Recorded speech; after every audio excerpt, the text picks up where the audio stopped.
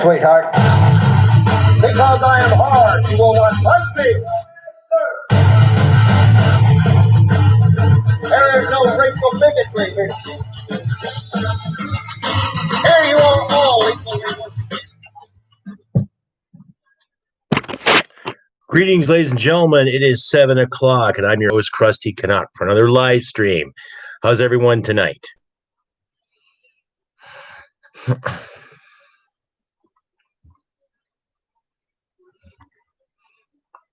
I see a few of you are on. Don't be shy. Say hello. Same format as last time. Come on out and say hello. Let me know you're there.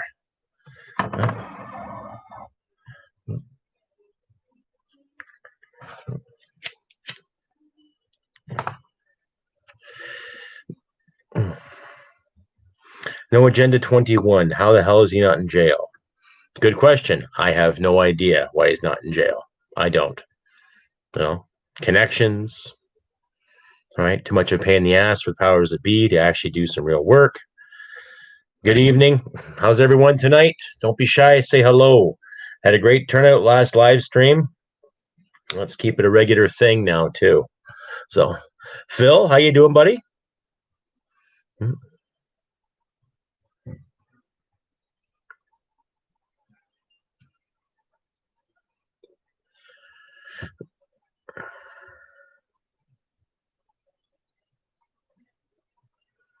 What an interesting week it has been in politics, right? Interesting.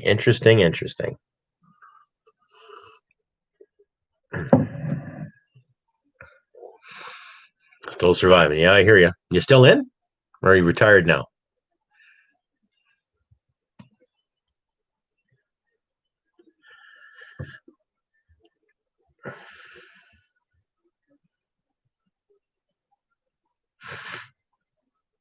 Oh, I see more people signing on.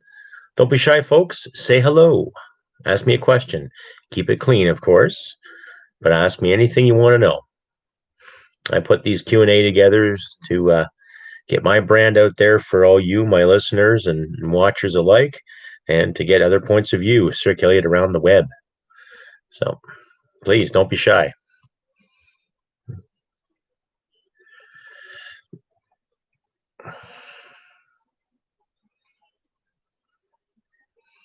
Hello, Sue. Oh, right on, Phil. You gonna go civvy firefighter?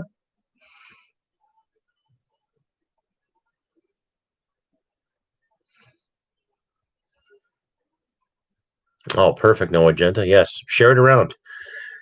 You know, every time I do a video up, please click like and subscribe, all that good stuff. Yes, Tuna. Tuna says we have a treasonous government.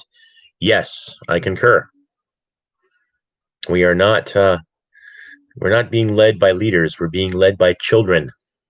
Champagne socialists. Well, so-called progressives.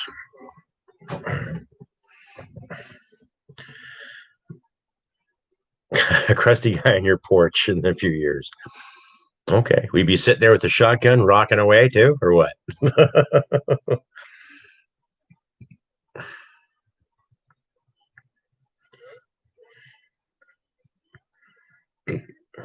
Well, even after you get out, Phil, too, you can get into fire safety and all that kind of stuff as well. That can be very lucrative, right? So,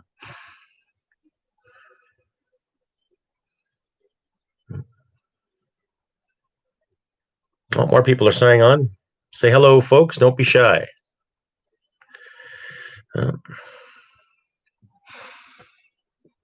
Hoping that some members from Australia would come out and say hello. I've been noticing I'm getting a few people from Australia weighing in and saying hello on occasion. So if I have any Australian viewers out there, please give me a thumbs up or say something. Say hello. Trying to reach out to everybody here, especially to every country that's going through the sting of this whole beer bug issue. So I'm going to turn down one of these lights here. My head's glowing. Okay, is that better? I've had some issue with my camera here before, so there. How's that? Yeah, you're right, Phil. Lots of options. Right now, I'm training to get my bus license too. So,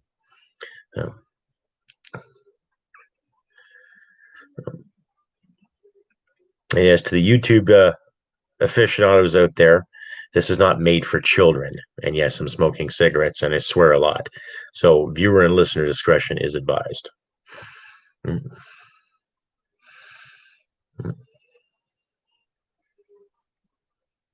While you're here, folks, please take advantage of the links that I posted earlier. Join the channel for $1.99 a month. You get to see my ugly mug every 2 weeks. Plus, you get accolades where they're due for $2 a month. Get a nice shout out, a round of applause. You know, I can either clap my hands for you or give you some canned applause if you like. But yeah, $2 a month. That's all, right? What can you get for $2 a month? You know, a nice cup of coffee, lukewarm. Right? Hello, Dave. How's everyone tonight? Good to see you, Dave. Thanks for coming out. Yeah.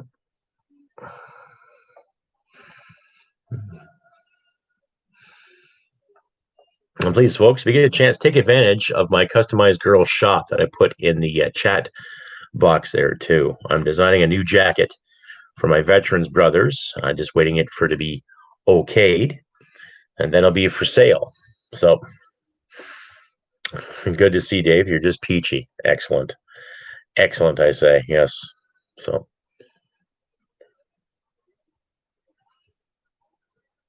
Colin, how you doing? Well, some more people are signing up. Don't be shy, folks. Come out and say hello. Feel free to ask me any question. Keep it clean, of course. Now, the last time I did a live stream, I was getting questions about my bald head. Not that I don't mind answering, but there's more to this live stream and my podcast than my bald head. So, well, I've had a busy few weeks. I've actually had a pretty busy month training to get my bus license. So, but because of the beer bug dilemma, I've got to wait for test times. So I'll have to crack my notes, make sure I'm up on everything. So, but still, another qualification helps. In the province of Alberta, if you get yourself a bus license, you automatically get your taxi license too. So best of both worlds, right?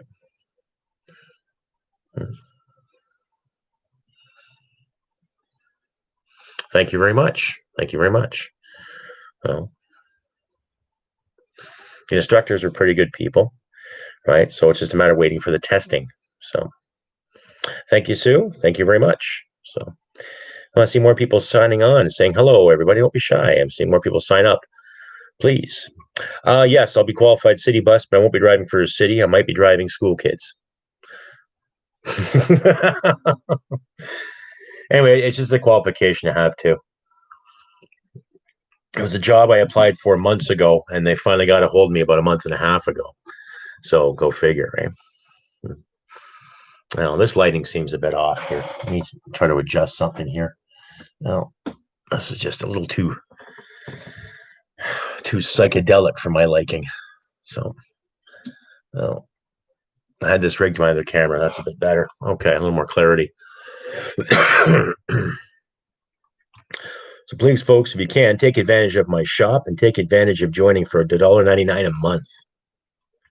Right. So I have other ways you can support me too. The Buy Me a Coffee application is excellent. Right. Even, give them $1 there a month or $2 a month. Everything will be good. So now it does take work to make my podcast. I'm not going to lie. It's not painstakingly. I love what I do. I enjoy it. But I do research my stuff. I take a few notes, formulate my show, get it there and record it, edit as accordingly, and then put it out for you lot. Excuse me. Ooh, so. Well, I see people signing on, then people signing off again. Am I ugly? Don't be shy, folks. Ask me all the way. Ask me anything you want to know. This week has been a real poop show when it comes to Canadian politics.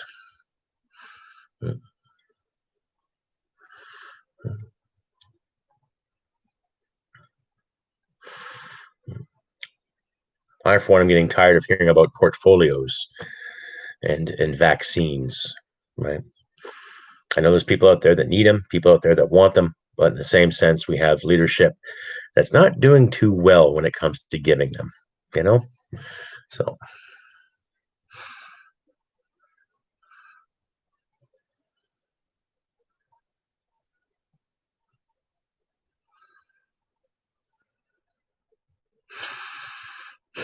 Yes, that's another topic. I was going to say that for an episode I'm putting out tomorrow. So while I have everyone here, there'll be a new episode of the Crusty Canuck podcast coming out tomorrow. Now, from what I've read on that, Dave, it has been kind of shady. And hats off to Rebel Media and Rebel News, for bringing that story to light. I don't know what to say. I don't know what the government's thinking by doing that, really. Especially some of the senior leadership for even remotely even considering something like that. So it just goes to show that they're trying to break down certain barriers for the sake of progressivism. Oh, yeah, China's our friend. And don't get me wrong, Chinese people are excellent. It's the CCP that's not good. Okay? As far as I'm concerned, anything communist is not good, period. I don't care how you dress it up. I don't care what history this person has or what history that group has. Communism is not anyone's friend. So, yes, it was. Apparently, according to the story, there was about maybe half a dozen or a dozen or more Chinese soldiers that were going to do or have done some winter in-dock training with the Canadian military. So,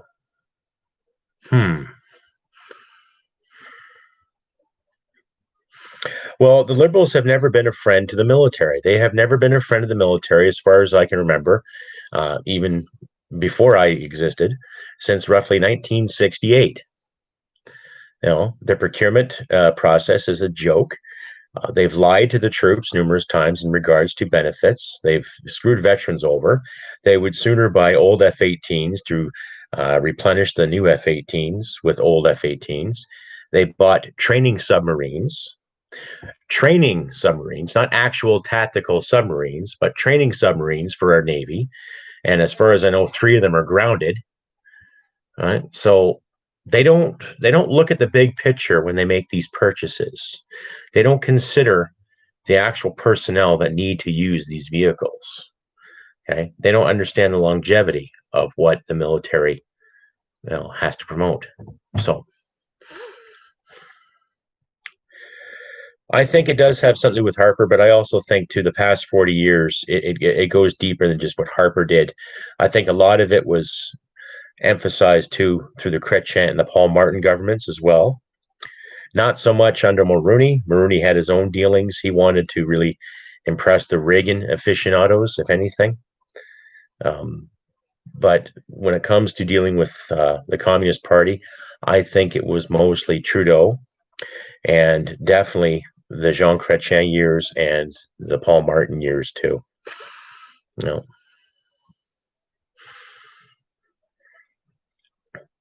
Well, we should get the Super Hornets, but we should also upgrade properly to a point where things are going to work for Canada. And if that means we have to buy outside of Canada, so be it. Right? We have lots of engineers in this country that can design some great items and great software for anything that we put our minds to. But when it comes to something that we need on a military scale, it should be something that's going to work.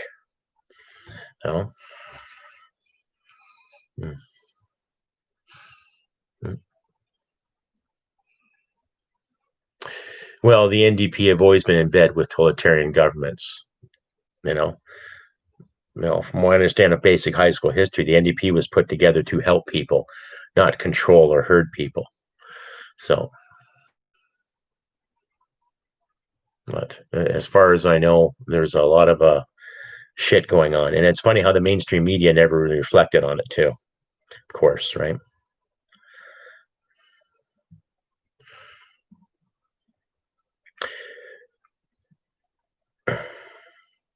Yeah, training some of their officers in Kingston and at Canadian Forces College in Toronto. Yeah. So that's right, Mr. Pushups. Rebel and TNC brought it out too. So there's quite a few independent media outlets there bringing this story to terms, while the mainstream media just ignores it, or they'll laugh at it. Let's say a month from now. So who knows what we can do about it other than throw bricks. you know.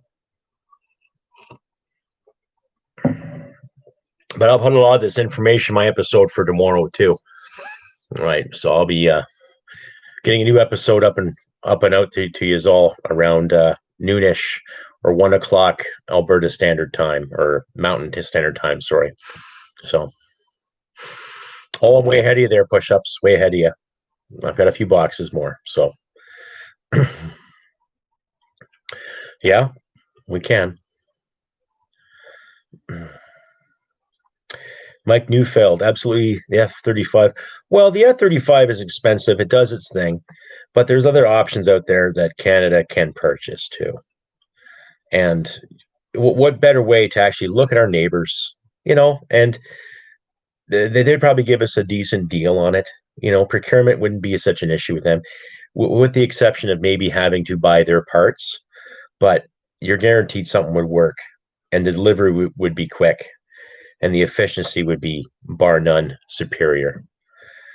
So you can get rid of the procurement board, stop paying 30 or 40 people anywhere from $85,000 to $100,000 a year to scratch their asses and go, huh? Right? If it comes to procurement for the military, get Air Force people in charge. And when it comes to procurement for the Air Force people, Army people, Navy people, to get something done, right? So,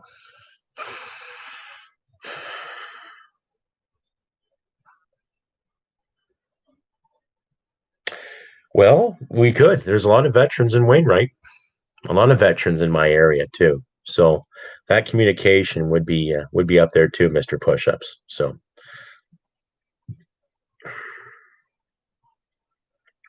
Well, I got more people signing on. Don't be shy, folks. Say hello. Let me know. Ask me a question or two. Keep it clean, of course. Keep it civil.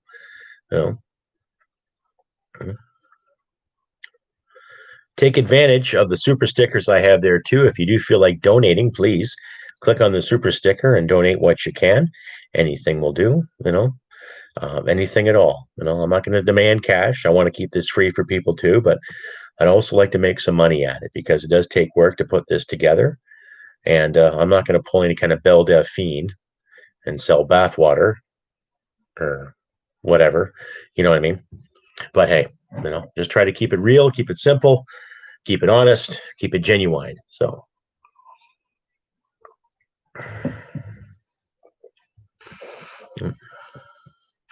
Yeah, it is a good idea. No agenda. I would concur. Well, feel free, get the conversation going. Ask me anything you'd like to know. Right? I encourage good dialogue. I encourage decent debate. As long as you're not a communist, then I have no time for you.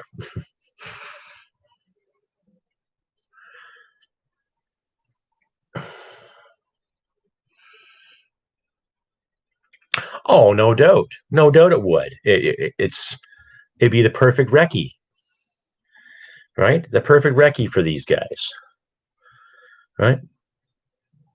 And luckily, there were some senior staff that stepped in and said, no, we're not doing this, right? And of course, the liberals are all, oh my God, what are you talking about? Yeah. So they just keep proving that they have no leadership agenda. They have other agendas. Leadership is not one of them. No. Oh, more people are signing on, folks. Please say hello. Drop a line or two. And I warn you, I'm a cigarette smoker, and I swear. So, viewer and listener discretion advised.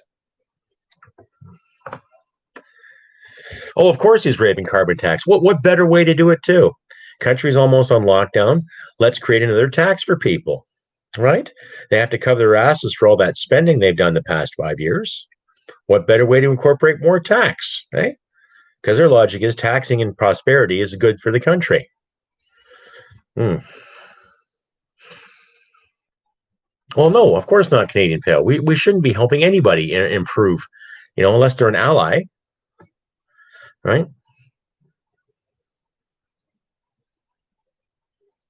Well, their agenda is evil, and it's just pure inconsideration, and they're all champagne socialists as far as I'm concerned.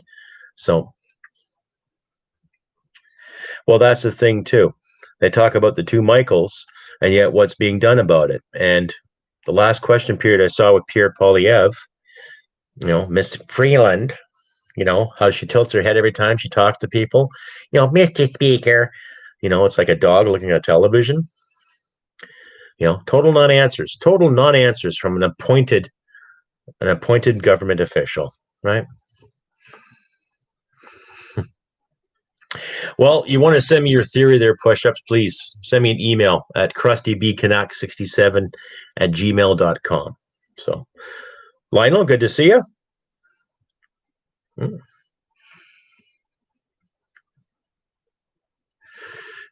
Oh, she's beyond sociopath.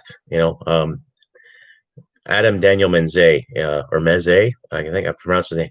Great guy. Talked to him a couple of times. He has he has a name for her. It's quite brilliant. I love her name. And I love the name he gave her.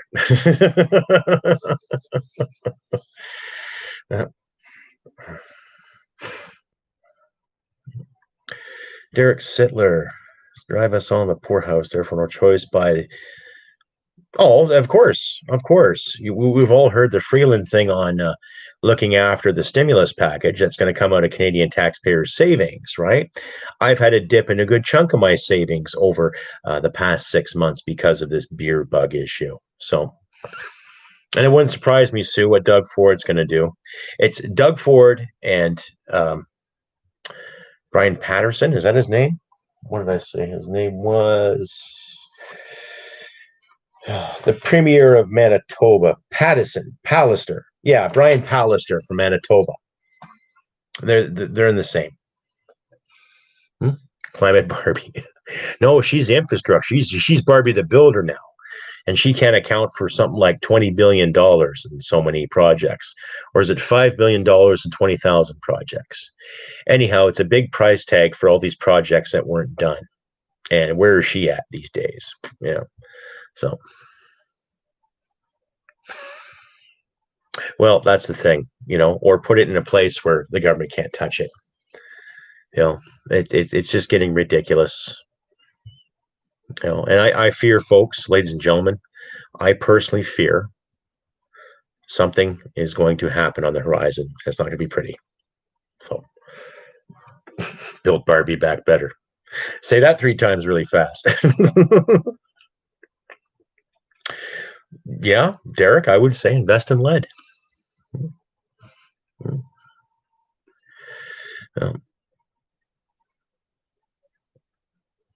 Define not pretty meaning violence.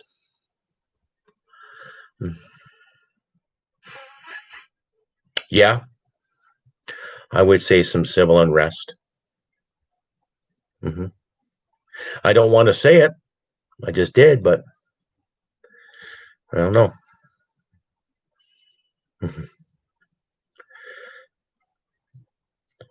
Well, if you do that, use if you can. I'm trying to get rid of Subscribe Star because I've tried to promote that and I've had issues with that. They're Canadian Pale, so if you can, try to use my PayPal or some of my newer ones if you can, please.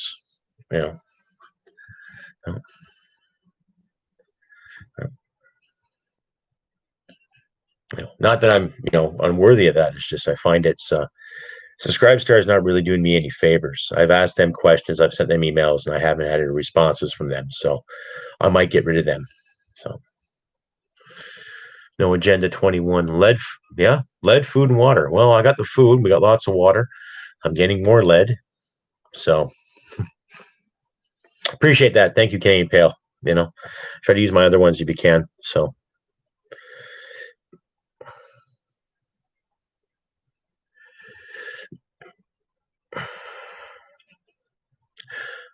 Why, thank you. You've compared me to CNN. I like that.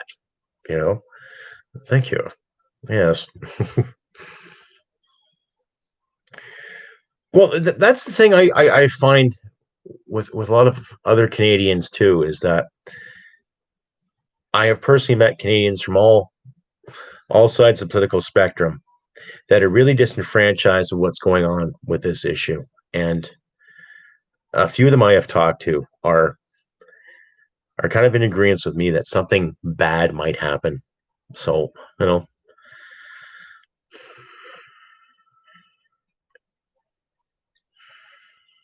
CBC. Well, I remember when the CBC actually meant something, where they actually used to put on decent programs and decent shows, right? Lionel, the Pope had a meeting, some bigwigs. Well, see, that's the Catholic Church too. I'm not disenfranchising any Catholics here, but the Catholic Church has always been in bed with the powers that be. So now,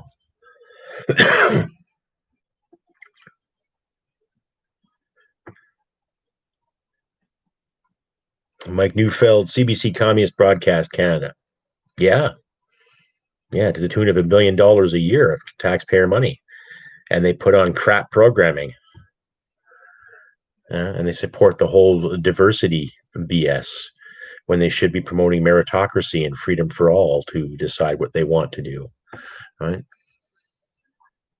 Nothing wrong with diversity, but they shun diversity of ideas, and diversity is based on diversity of ideas. So.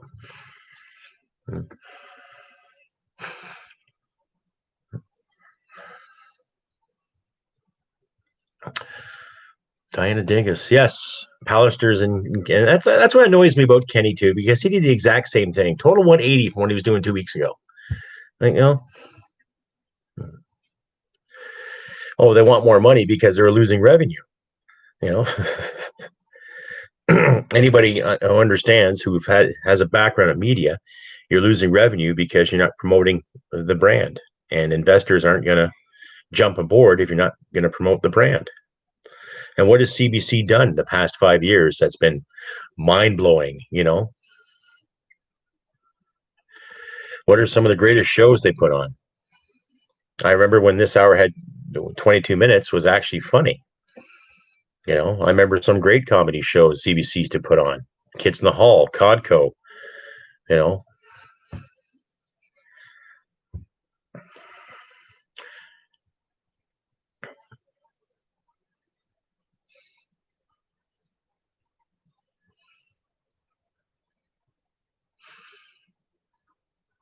France is still burning riots. That doesn't surprise me. Well, Beachcombers, that was actually a decent show. I didn't mind that show.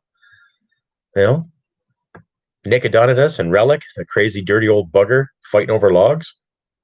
Funny, I remember Sundays as a kid, the routine was we'd sit with the family, we'd watch Wonderful World of Disney, then the Beachcombers, Wayne and Schuster, and then there used to be a show called Seeing Things. Does anyone remember that show? Yeah.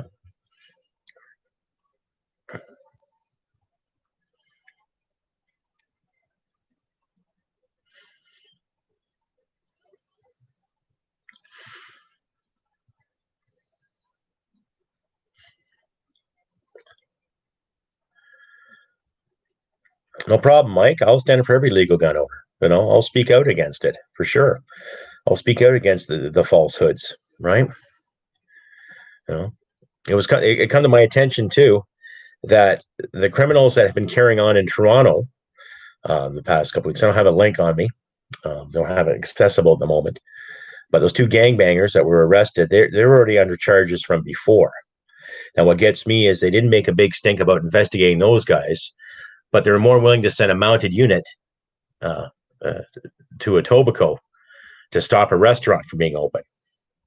And what gets me is I have police officers that are good friends of mine that have actually said to me, "That's just stupid." So no. Road to Avonlea. Yes, my sisters used to watch that. It's Road to Avonlea. Yes. Oh, yeah. Was it Lucy Maud Montgomery wrote that, or is it based on loosely based on? Okay, it's set in the same time or just after Anne of Green Gables or something. Yeah, yeah. Road to Avonlea. Wow.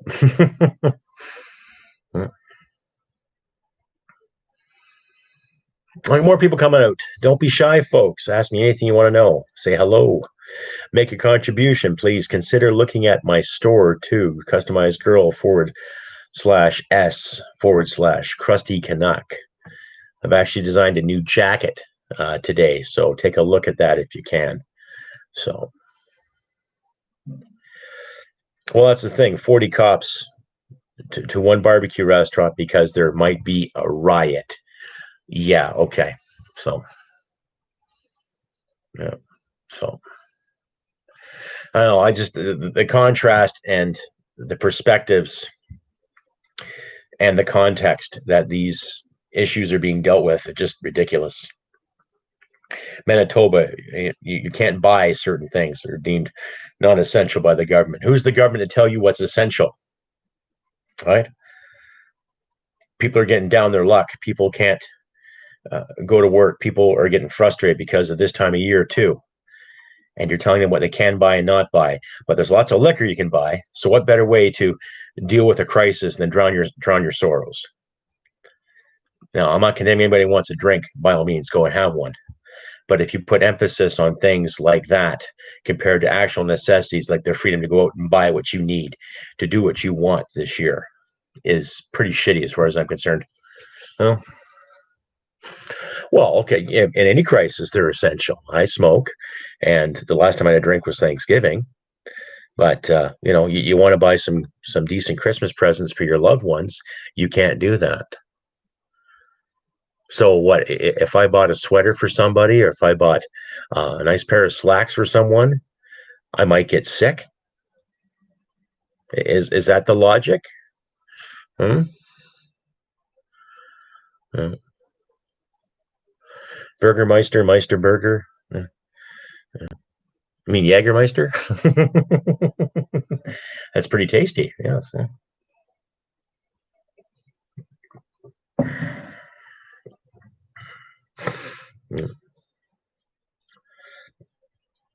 That's what gets me the curfews too. Okay, 9:55, you can sit and have a pint in a pub, but come 10:01, if you're out in the street, oh my god.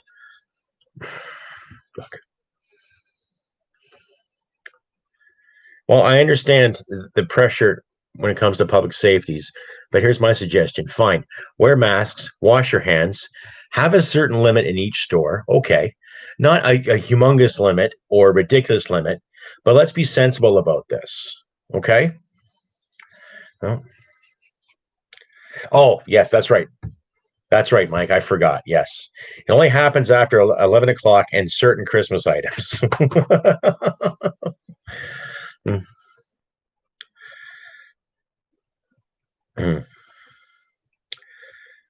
Well, what gets me is that with this legislation and all these rules they're putting, what gets me is the people that are willing to enforce it too. That are really thinking about it, right?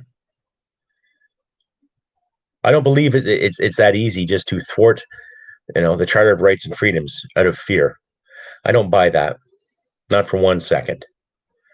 You know, and say hypothetically, if I get a ticket for associating or being someplace, I will ask said police officer.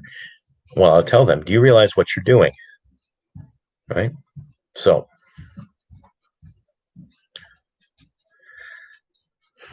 yeah.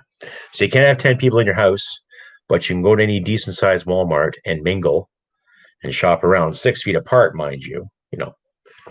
Yeah, a bit of a contradiction, to say the least. So,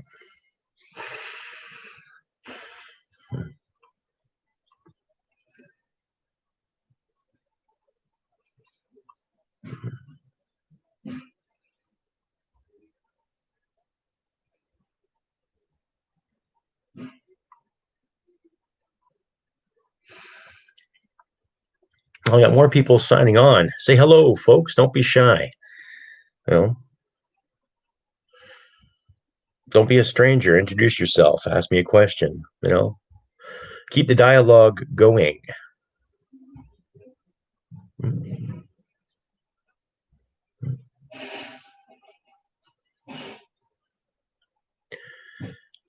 Well, that's what gets me is that, some of these guys have got families too, and they're not thinking about that.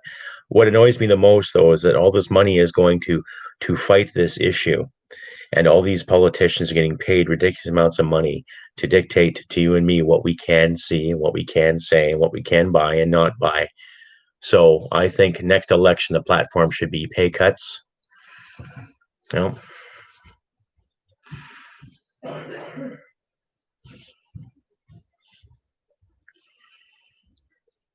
Mr. Pushups, I think I might agree with you.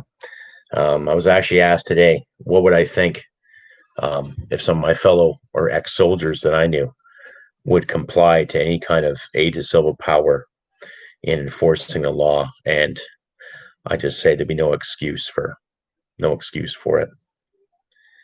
Well, yeah, exactly. Just doing your job. I can understand just doing your job in the name of warfare, right? If an invasion is coming, you know, or you're attacking a ridge or attacking a company, fine.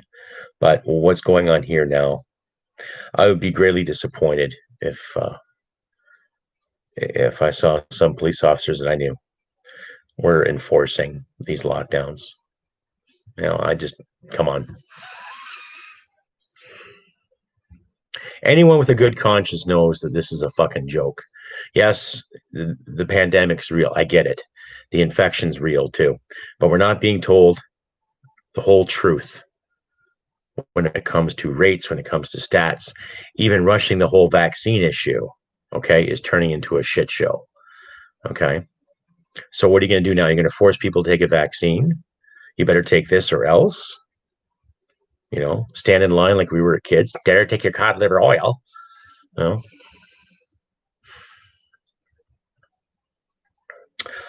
I don't think I have, Sue. Please send me that again if you can. No. Mm-hmm. John Victor asks me, do I own guns? Yes, I do. I am a legal gun owner.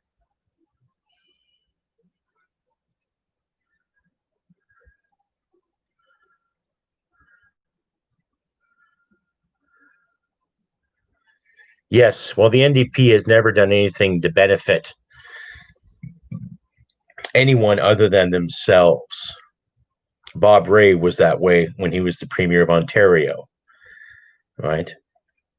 Rachel Notley was the same thing when she was the Premier of Alberta, right? And now her and her cronies like to censor who they can who disagree with her. So,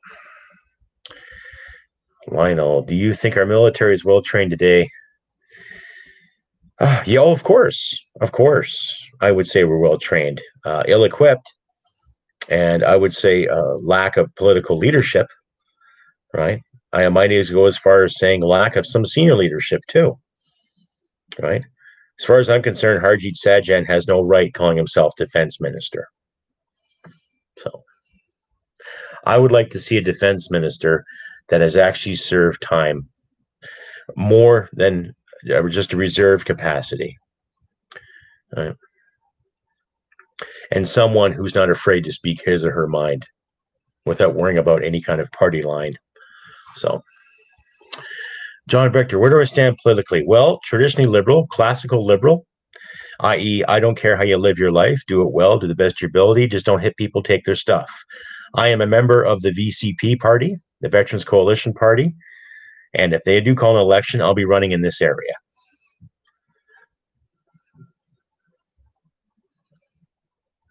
Derek Sittler. Yes, I guess you remember Bob Rae back in the late 80s. The biggest claim to fame he had was put Ontario into debt, but he told the insurance companies to stop gouging people. That was about it. Vance, it's hard to say because when I look at Vance, okay, he's got a lot to do. That position is not easy, but I just found him too compliant. He's no Rick Hillier for sure. I met Rick Hillier, down to earth guy. What he's doing in Ontario right now, getting $20,000 a month for the vaccine distribution, I don't know. Well, thank you, Canadian Pale. I appreciate that. I was actually talking to a member of council in my town here, and she said some nice things to me in regards to politics. So, there is a voice here for people like me to get into politics. So, well, I think the military should have a little more balls when it comes to telling the government what's got to be done and what can't be done, right?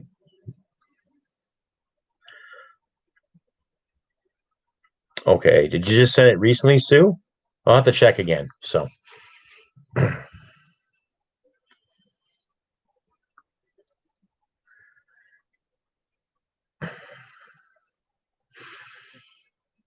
well, if they call an election in the spring, Canadian Pale, I'll be in the Battle River Crowfoot riding.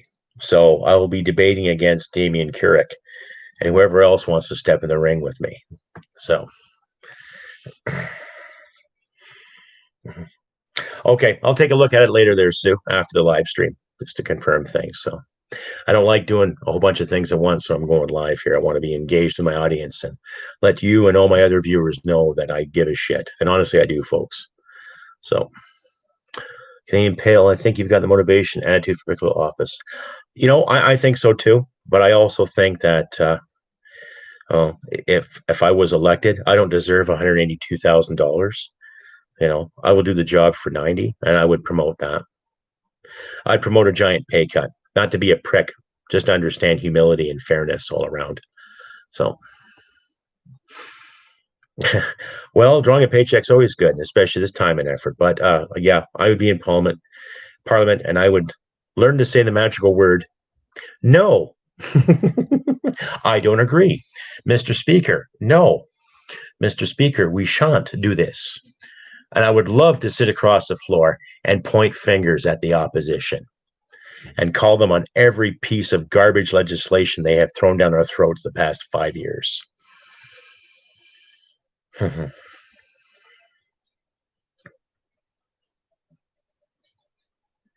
Well, I don't agree with corporate welfare. I don't. If you're a company in Canada and you're having financial problems, then that's up to the company to sort out, not the government, right? Honestly, I don't care if you're Bombardier, I don't care if you're WestJet, I don't care if you're Coca-Cola, Labatt's Brewing, Leon's, right? And there's a thing with Leon's too, that they also had some CERB payments and they gave themselves fucking raises.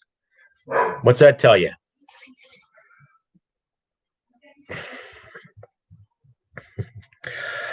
Well, I would ask him that, but I'd also do the old Phil Esposito from 1972 Summit Series. If you remember the footage of that, Esposito sitting in the penalty box, looking at his Russian buddy doing this. I would love to do that with Trudeau. I would love to do that with Trudeau, right? Especially his non-answers bullshit and his whole party, right? I would turn down, I would stoop to their level and say, let's step outside, shall we? Okay. If I kick your ass, then you'll apologize to the Canadian people. You kick my ass, I'll apologize to the Canadian people for not kicking your ass, right? So.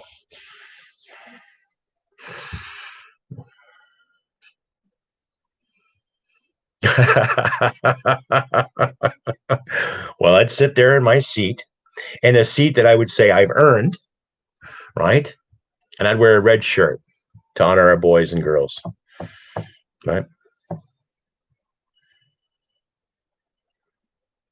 You see, yeah, that's the thing. Christopher Freeland said that too. Oh, it's Harper's fault. No, no. Whoever's in charge now, it's their fault. Okay?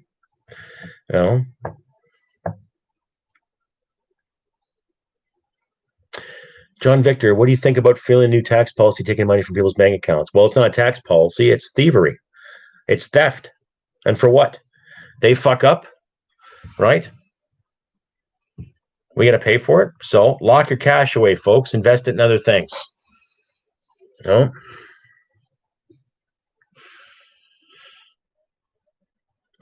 Derek Sittler. You have to get a line for that fight. Bring dueling. That would be a good idea. We all should take at least a month's worth of fencing lessons. Yeah, and duel. Fruitly Ava. Hello, Ava. Welcome to the show. And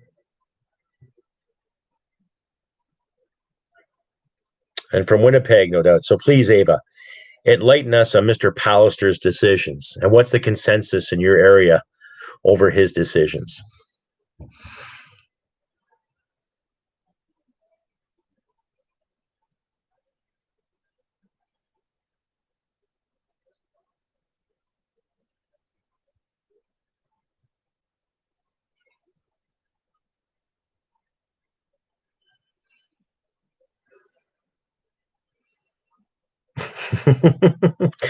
Well, that's the way I look at social media. It's like, I don't care what they do. They provide a service. If they have rules and regulations, fine. But if they keep moving the goalposts, if they keep telling people what to say and what to do, then you're going to find more and more of these people like Wimkin and the parlays popping up, letting people do what they want to do, right? So they would have to smarten up and cater to the masses that enjoy their service, right? Because how else they make money, right? But see, that's the thing. I don't tolerate cancel culture either. I don't. If you don't like something, don't look at it. That's all you have to do. There's lots of people I see on television every day that drive me up the wall, but I'm not going to try to ruin their lives because they have a far-fetched opinion, or they're dumbfounded, or they're idiots. I heard D Live is good. Probably the next live stream, ladies and gentlemen, I might use a streaming service too, so that way I can get out to Facebook as well, so my Facebook viewers can get their hands in as well. So I'll look at that. I'll probably look at StreamYard. I looked at Restream. Restream looked really good, but they had something on their page about censorship that I wasn't really too keen on, so I just didn't pay attention to them. So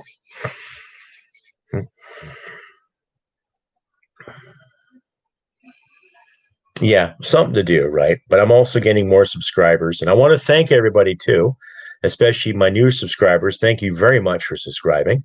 I will aim to please. I will always be honest and try to be as genuine as possible with my live streams and with my podcast, respectively.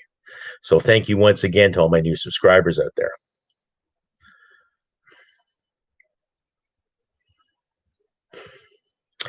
Yeah, I would say so. Why is everybody so jumping the gun? Because you can talk about cases, and I'm not, like, I say again, I am not denying any of this. I don't believe it's a hoax. It's a natural infection. I get it. It's an actual infection that's hurting people. But when you look at the mortality rates of it and the people that have recovered from it, I want to hear from more people that have recovered. I want to hear recoveries, right? We're not seeing enough of that.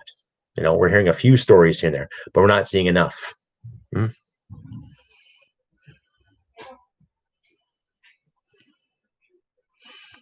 Exactly, John Victor. Every premier works for the people, just like the prime ministers work for the people, but they're not. Right? Right. The simple principles of peace, security, and freedom are fundamental. Freedom to choose, freedom to eat. One of my favorite songs is by Killing Joke. It's called In Excelsis, and it's just a song about liberty, the right to eat and drink and pray. Simple enough. And yet it's so hard for some of these guys to comprehend, right?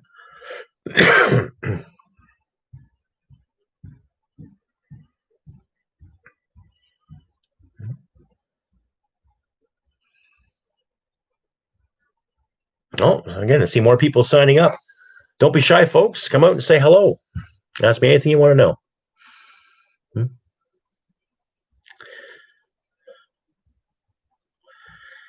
Yeah, exactly. Where are these flu cases? As far as I can remember, every year there's been so many flu cases, people getting the flu. And sadly enough, some people have passed away from it. Also pneumonia. But all of a sudden that's null and void now. There's no flu cases. Interesting. Huh? Hmm.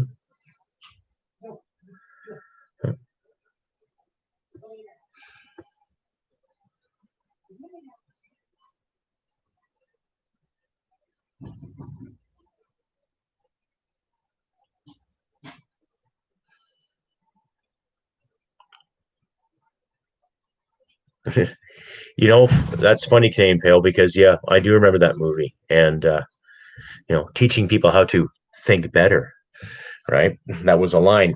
Yeah. Hmm. Diana Dangus, yes, I don't feel for it at all. I think it's a con, and it's insulting. It's scary. Hmm? Well, well,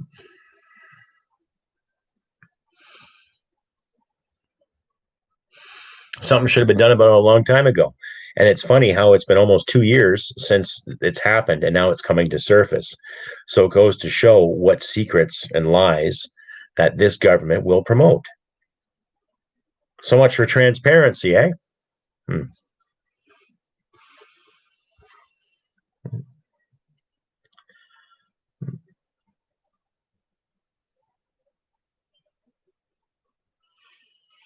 John Victor, you're 16. You suggest you go in the military. Well, you go where your heart's desire.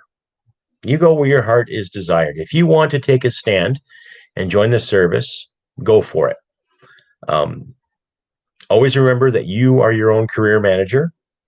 And I would recommend, okay, that you get into a trade. Okay. Get into carpentry, get into the mechanical side of it. Okay. All right. Clear as mud. Yeah, clear as mud. I think you grew up in Trenton. Your dad was RCF. My grandparents were ex-military. Uh, a few of my buddies are not with us anymore. They'd probably be rolling in their graves too. I hear you, Diana. Hmm.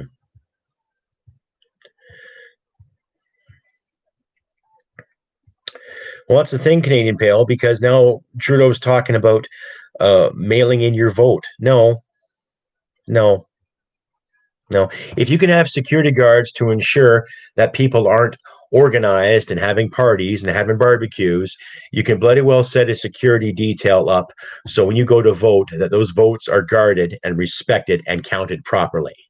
None of this mail-in bullshit. So, John Victor, Snow Infantry. Well, I did 20 years in infantry, and I used to have a full head of hair. So look what it did to me, bud. John Victor, you do what you think is right. Okay. I would recommend a trade because there's a little more benefits that come out of it, right? I could say do your first 3 years infantry, then remuster to another trade. Okay. Right.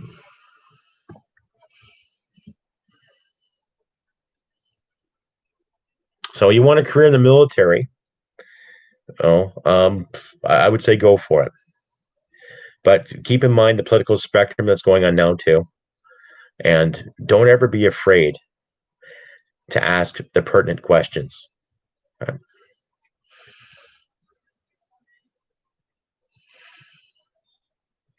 Oh, of course he wants the mail-in voting because it works so well with, Mr. Biden down south, right? What better way? Mail-in ballots? No, no. Set up the proper voting stations as we have done. Okay. And like I say, if the Ontario government and Manitoba governments and other provincial governments are going to hire private security to make sure that people don't go to parks and make people sure that people don't go to barbecues, whenever, they can bloody well make sure too that votes are guarded and protected so people can do it the old fashioned way with a ballot and a pencil and speak their mind as they democratically should. Right? So, hmm.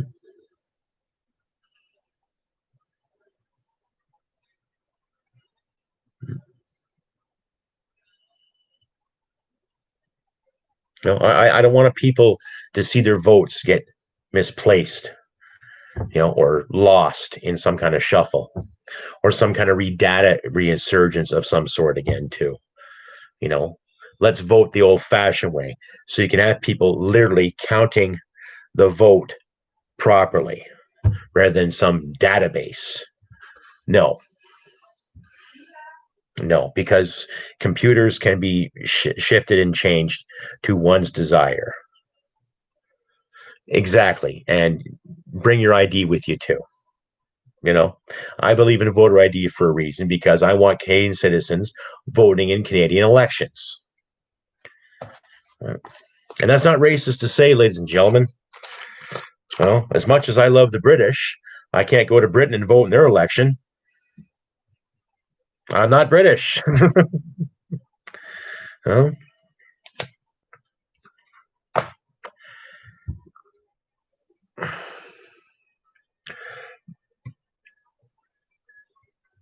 well, that's the thing. If you can't get your butt to a polling station, fine. Then there's other means to get a ballot, to use a pencil, and to mark your candidate, right? Well, it's psychological warfare, and it's also disingenuous and it's lazy, right? We've got these leaders making these decisions, and they're just fucking lazy.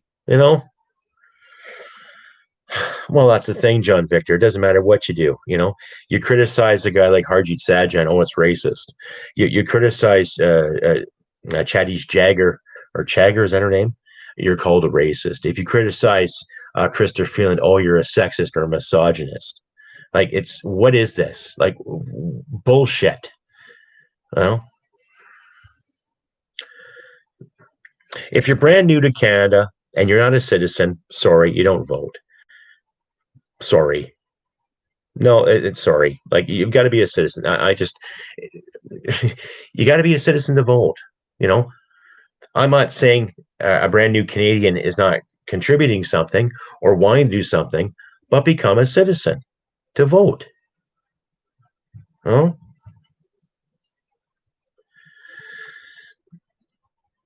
that wouldn't surprise me, especially in Ottawa.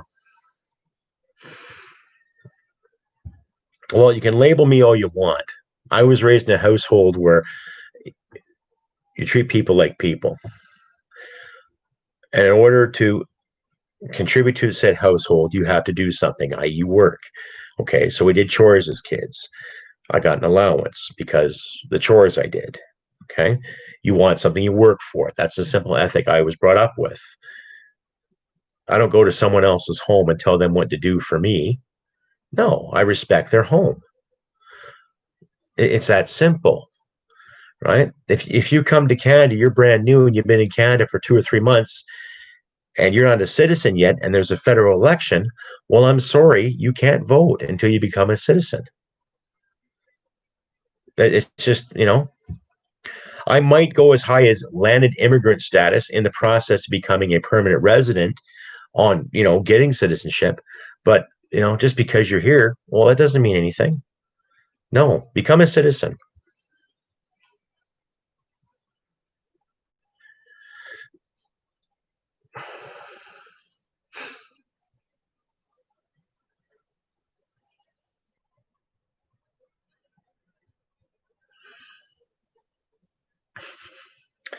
Well, Canadian Pale, yeah, you're right there. You're seeing that in high schools and universities, and sadly enough, in public schools too.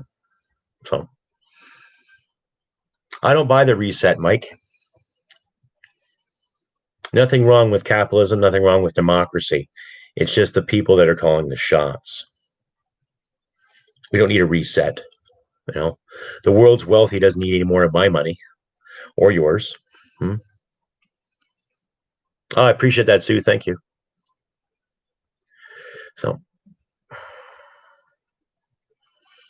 mm.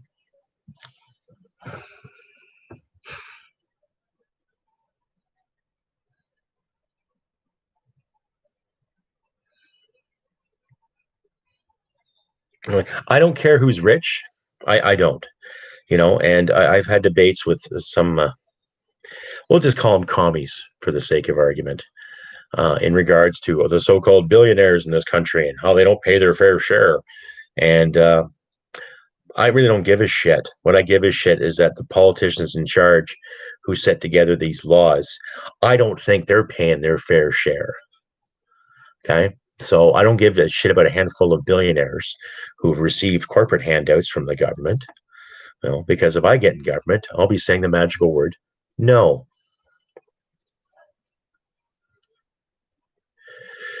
Okay, Pale, thanks for coming out. Appreciate that. Cheers. Canadian Pale, ladies and gentlemen.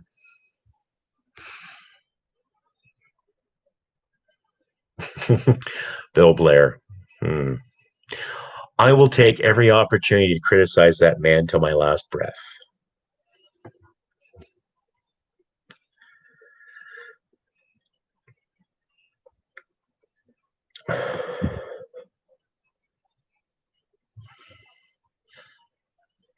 Well, I think I'll take more than a newspaper, Sue, but I understand your analogy for sure. Yeah, Bill Blair and his infinite wisdom. Mm-hmm.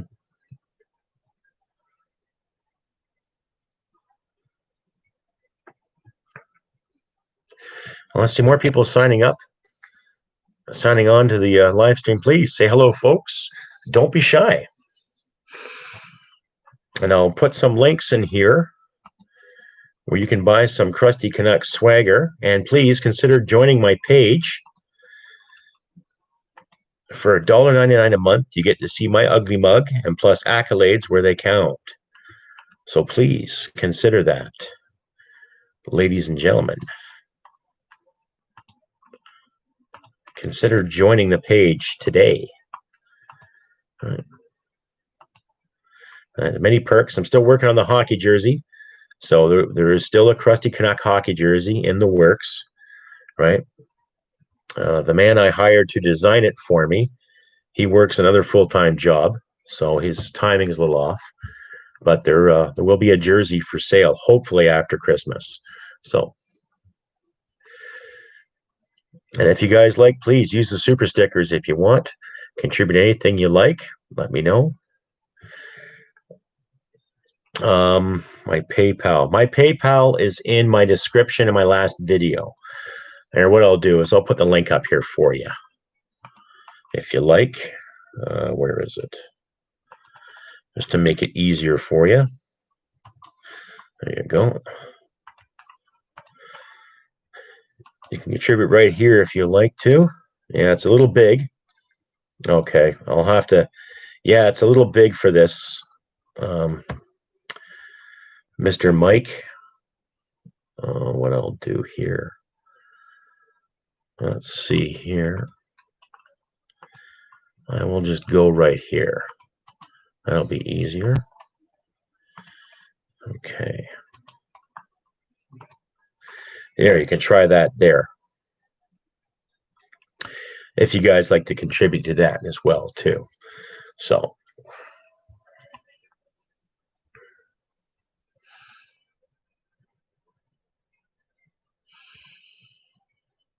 Well, see, that's the thing. How many disenfranchised groups do we have in this country? Now, I agree. The First Nations got a raw deal. Historically, yes. But let's also take a look at the leadership of some of these reservations, too. Let's take a look at some of the chiefs and some of the leaders, and let's crack the books and see what the hell is going on here. Honestly, especially when it comes to some of these reservations that have been without clean water for a period of 25 years or more. Okay, now was that entirely the federal government's fault?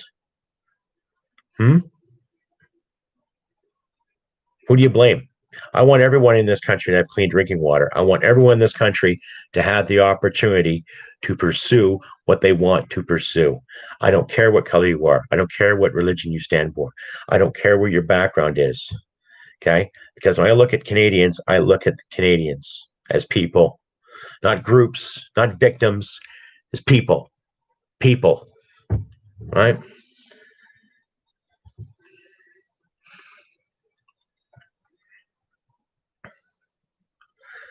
My best friend is First Nations. I've been friends with him since high school, right? We talk all the time about politics and back and forth, right?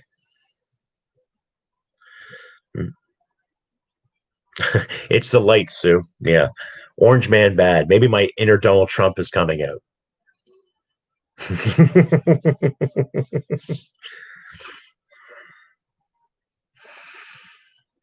Well, see, that's the thing. When I look at the Speaker of the House, it's a traditional thing now too. I can understand having a moderator for a debate. I encourage the debate in the House of Commons. We have to see more of it in the House of Commons. We have to see more of it out in the general public too.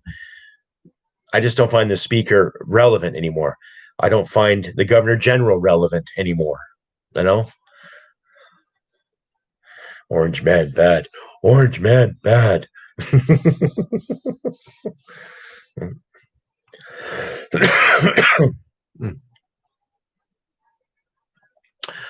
John Victor, I wish he was. I know he declined the leadership race because he's a family man. Now, my conservative values basically coincide with Pierre Poilievre and a little bit of Aaron O'Toole. But I want to see more balls come to the fight. I want to see a little more rage when it comes to the wheeling and dealing. And I like Pierre Poilievre because he's brilliant. His demeanor is excellent. I think he's an excellent example of leadership, but he also made a choice. He wants to be a family man. Good on him, right? Good on him. But then again, he's also a career politician too. So, it's hard to say, but I would like to see him in charge of more than what he is. I would, because I like his style, just the way he delivers everything, his deadpan humor, and he's factual. And it doesn't matter if he's conservative or not, he's factual, right? And no one answers his questions. They're afraid to. So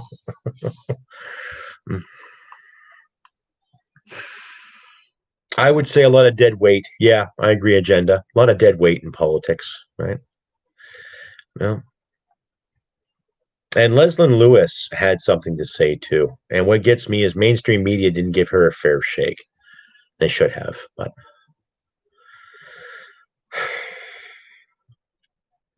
I don't know, Sue.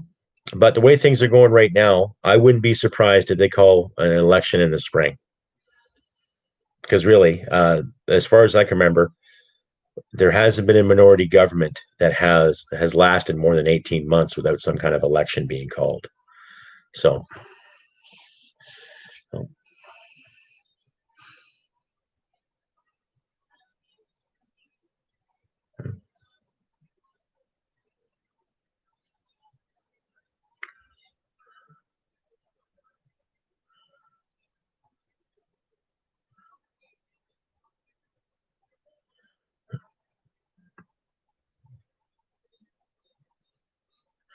and just to remind everybody too, I'm working on another episode of the podcast. So I'll have that debuted probably here on YouTube and Podbean tomorrow, anywhere from 1 p.m. to 2 p.m. Mountain Standard Time. So pay attention to that. Look at the premiere of that as well too. I would agree with term limits. If you run an election, you get elected by your riding, you're obviously doing a decent job for a second or third term, fine. But when you get someone who's been in politics for, let's say, 15 years and nothing's really getting done, time to go.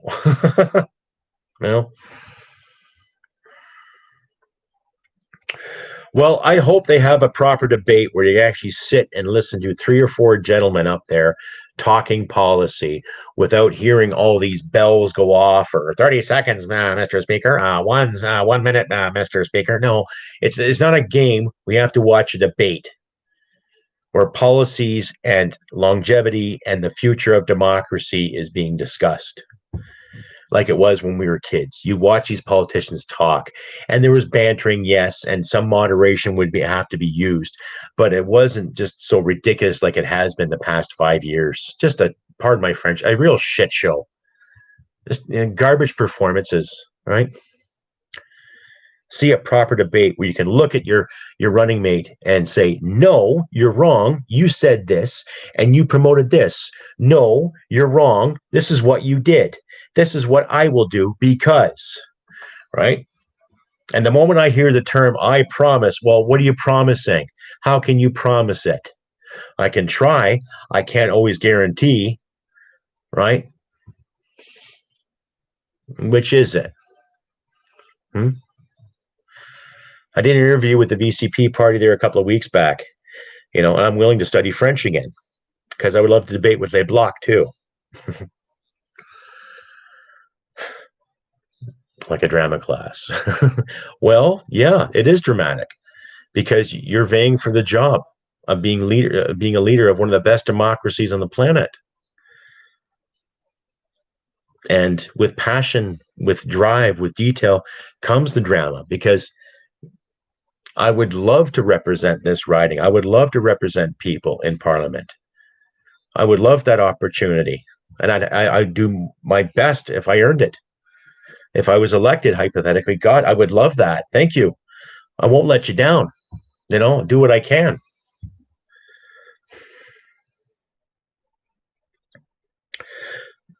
Well, proper decisions. I agree, Derek. Proper decisions, right?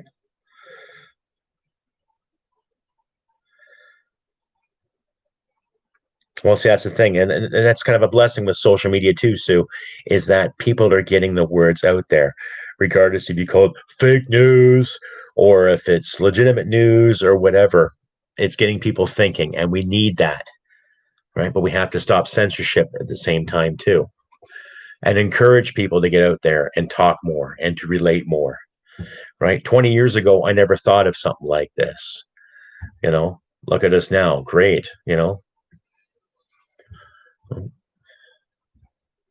Now we can, but now we have powers that be and some elected officials that want to censor it. Interesting. So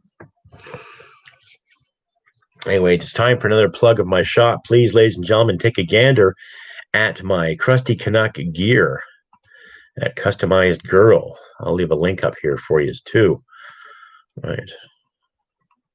Check out my shop. I just designed a new jacket. So if you like, please, if you can. I doubt it'll come. If you order it now, I doubt it'll be there before Christmas, but you'll have some nice swagger after Christmas nonetheless. So, well, that's the thing. We can't filter anything else, Derek. When we get out and talk to people, especially out in public, we have to talk, really talk, get the words out. Doesn't matter if you have a degree or not. I don't buy that from people anymore. Like when I was younger, when you talk to somebody that went to university, you're thinking, oh, great, this guy's educated. Perfect.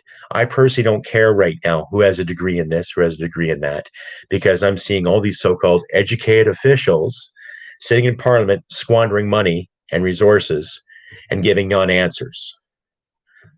Where'd you learn how to do that? University? Or were you raised with that mentality? I was raised better than that. So, I'm not condemning anybody who wants a post-secondary education. Go and get it, right? But I'm not going to have some 21-year-old or 22-year-old tell me the meaning of life when they don't have one yet. So,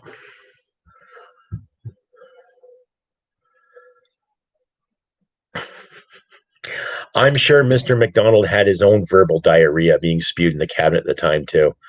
But it's hard to say what our ancestors and forefathers would say too. It's hard to say because people have mired and screwed with our history for a long time now. I would say they'd be unhappy. I would say my grandparents would be unhappy. Some of my fallen comrades would be unhappy. Right?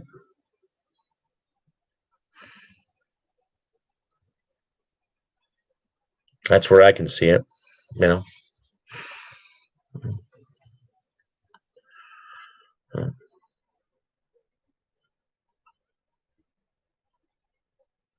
Thing is, we got to keep fighting for the truth.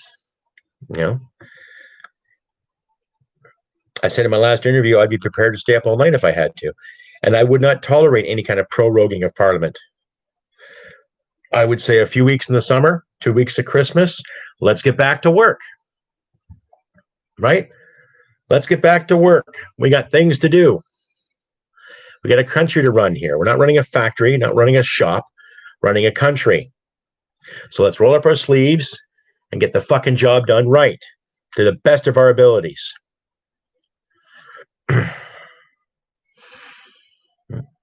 No, I agree, Mike. It does. It does, And, I was kind of, educated in that pseudo left wing ideology, but it was definitely a classical liberal ideology. Live and let live. I don't care what you do with your spare time. I don't care how you live your life here. Just don't hit people and take their stuff. Simple logic. Do your best not to lie. Do your best to be honest. Do your best to be kind, considerate, like a golden rule. And you don't have to be religious to believe in that either, too. It's just common courtesy, But there's snitch lines set up now over this beer bug issue. There are ways you can turn people in over this stuff, and like, what really? You know? Mm-hmm.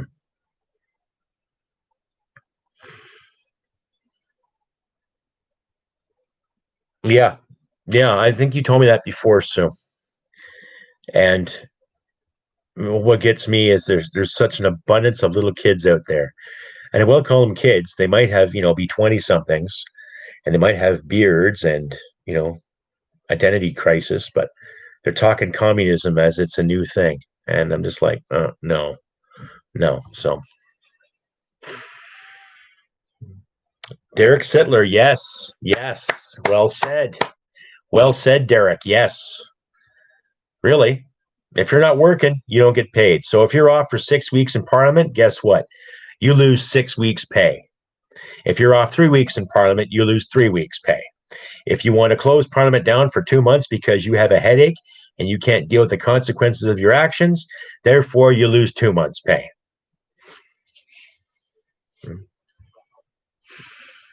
That's fair. I think it's fair, right?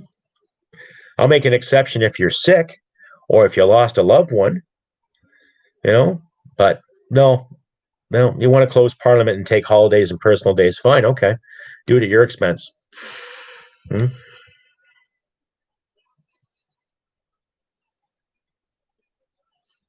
Really?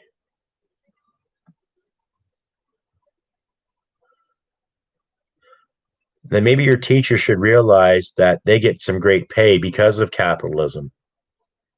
Hmm.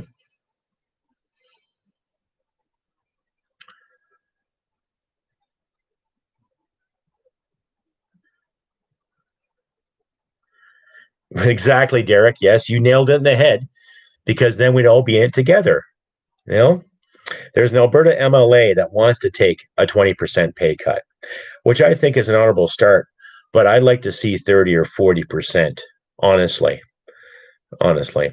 Because the average Canadian citizen is was making anywhere from 48 to I think to 52 a year.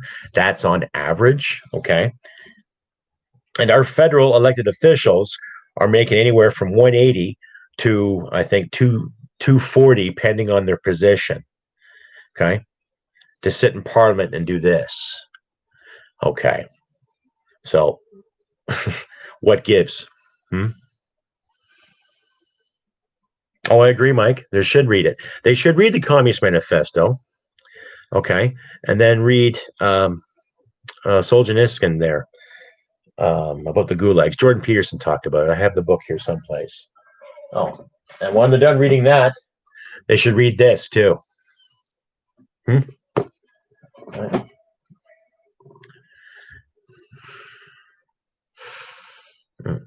Yeah, the open mic, yeah, the hot mic from what's her name, Mira Monsef. Yeah, what am I making?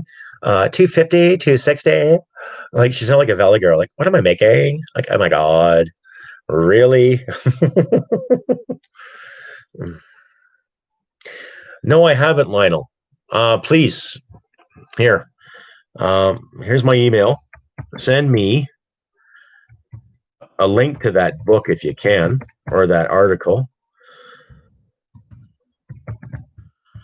Okay.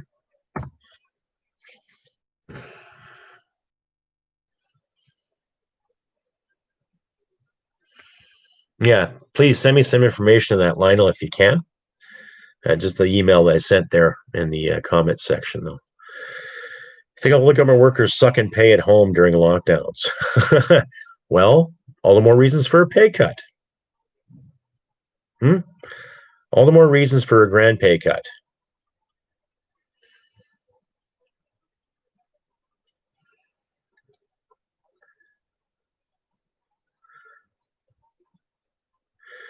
Fruitfully Ava, oops, I was 30 minutes behind. In the present now, Pallister is pretty uniformly despised. Yes, I can see why. So he doesn't represent the conservative brand very well, doesn't he? Yeah, so it is a good read, Mike. Yes, it was mandatory reading for me in high school as well. Just to give you insight, it was meant to entertain you. And I remember we watched the movie they made with John Hurt and Richard Burton, one of Richard Burton's last performances. And he has poor Winston plugged into that electrical thing. How many lights? How many lights? That freaked me out at 15. Holy shit. But it's like what they say now with all these identity agendas and all these hurt feelings agendas. How many lights? How many lights? How many fingers? How many fingers? You know? Interesting. So.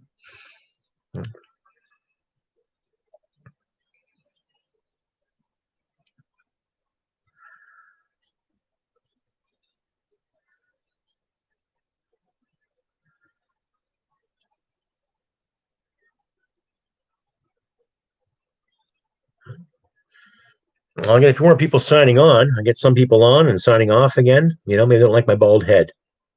Oh, well.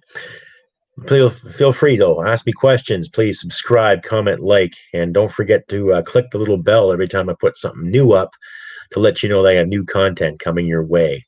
And I'll remind everybody, too, that we're working on a new episode tomorrow. So it should be up and running, hopefully no later than 2 p.m.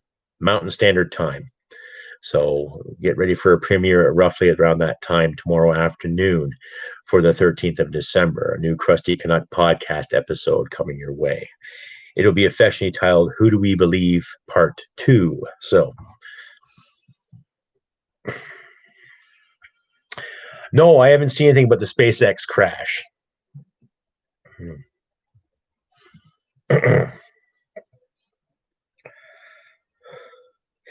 Well, I'll tell you what, John Victor, you send your conservative friends my way. You send your liberal friends my way, libertarian friends. Any of your friends that love democracy, you send them my way. And they can ask me all the questions they want. And I will promote their right to free speech till my last breath.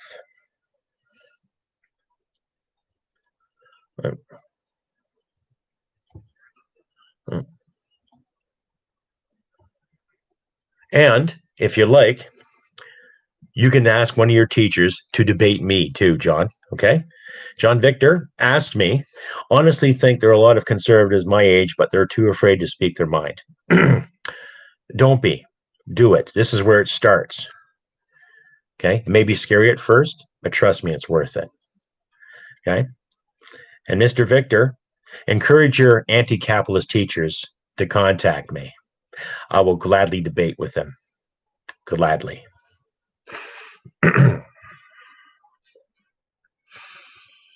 Because if they didn't believe in capitalism, they wouldn't be doing what they're doing. So, any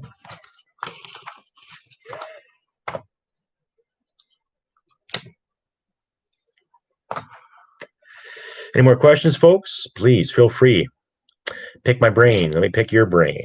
Well, let's get the information out there.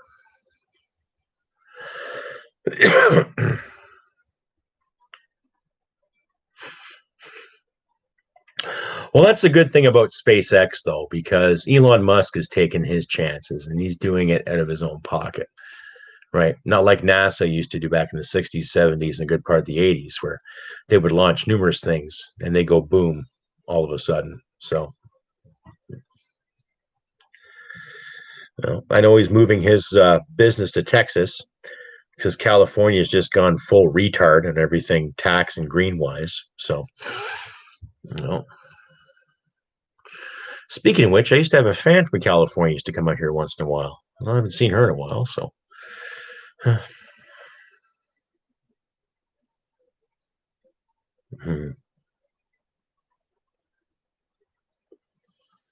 Yeah, I'll take a look at it there later. So, Derek Sittler, 17-year-old, speak your mind. Yeah, by all means, speak your mind. Whether it be looking for a leader or insight, speak your mind. You know?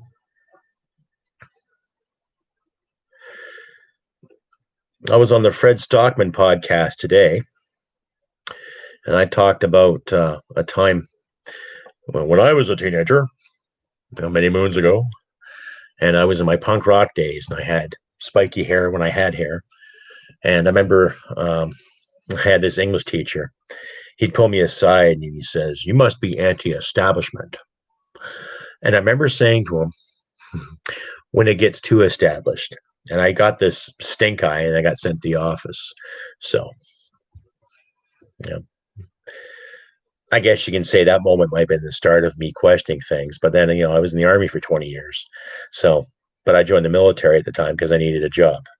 So, and I stuck with it. So,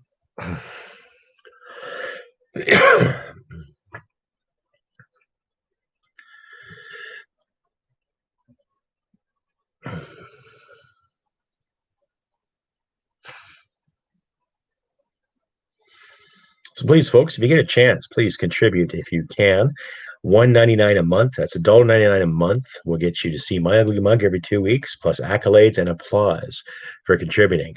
And if I had half of my subscribers give that amount, I would be on my way to creating some great podcast and some good comedy in the future. So consider that too, folks. Or you can support me other ways in my descriptions and my videos too. So please consider that.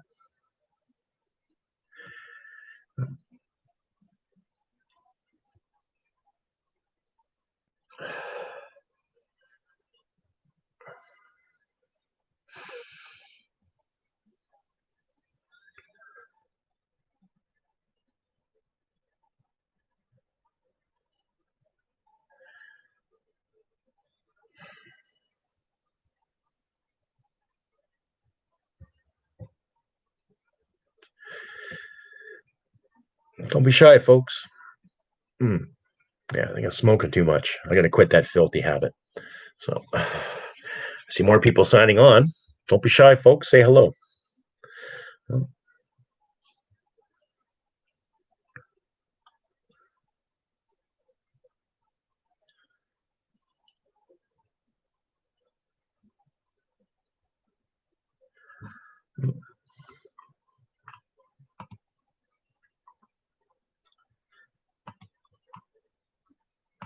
As I mentioned earlier, probably the next live stream I'll have a restreaming service so I can get more people on and people ask me more questions. Get more dialogue going too, and you won't see my orange complexion. Orange man bad, right? So,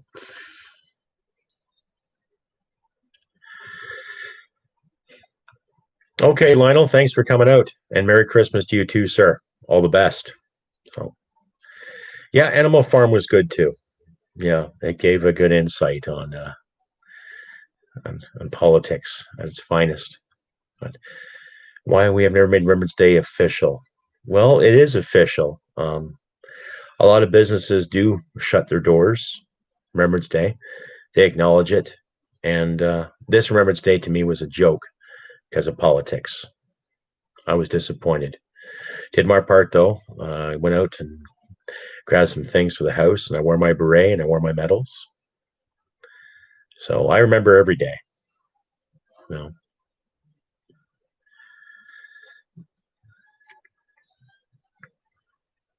I would say Aaron O'Toole is pro-gun. Pierre Poilievre is pro-gun. Candace Bergen's pro-gun.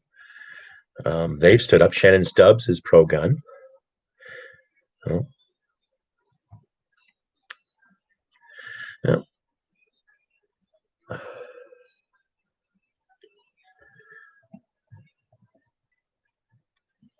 There's still quite a few, but I don't know what their stance is going to be. I know they're disappointed and they're totally against the OIC decision of May 1st.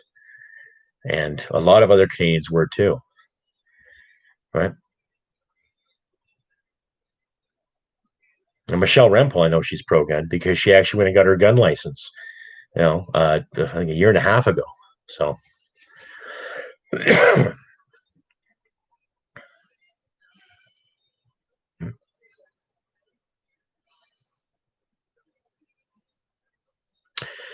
yeah, this year's services, I think, were terrible.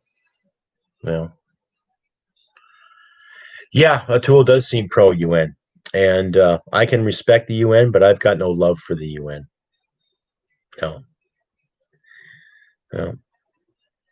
Yeah, Michelle Rempel's pro gun. Yeah, like I said, she went and got her gun license about a year and a half ago. I remember she put it online there too.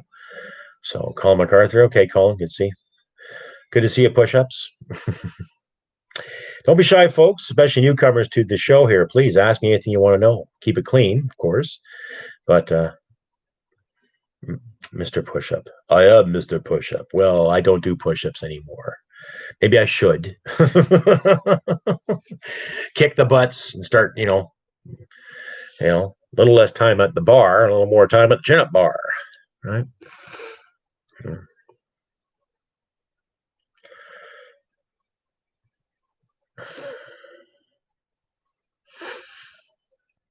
Yeah. See, that's the thing. Wow. Welcome, Sue, to the One Leaf membership. Thank you very much. Right on.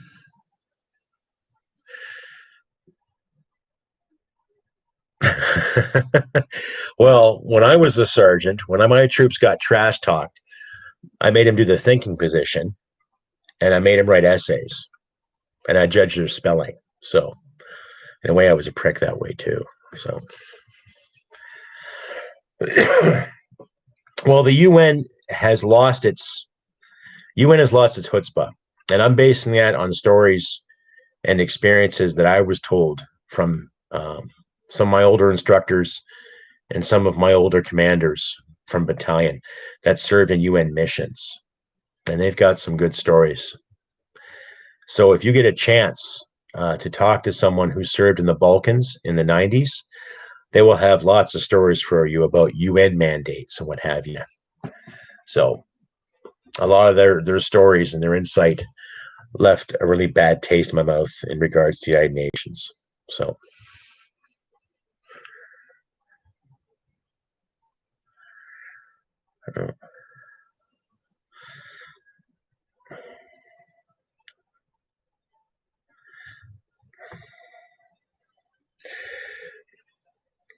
Well, I think he's doing a better job than what Shear did, but in the same sense, yeah, I'm not too keen on his UN affiliations.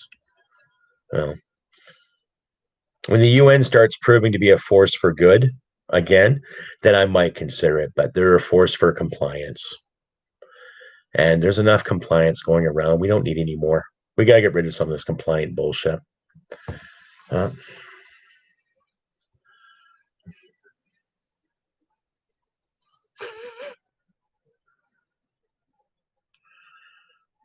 Yeah, I'd say so because the UN, with the amount of money that goes in the United Nations every year, especially from Canada, you would see more people being fed and more people being gainfully employed in these so-called third world countries. You would see a dramatic change, especially the amount of American dollars that goes in UN funding for foreign aid. And yet, there's still a lot of countries in Africa that are fighting each other. There's still a lot of tribalism. There's still a lot of poverty. So I don't buy it. You know, Bosnia, Kosovo, Croatia, the whole Balkan area after the Yugoslav Civil War, and even during the Civil War too. So if you can talk to some veterans that served those years, they'll have some interesting stories for you when it comes to UN mandates. So, right.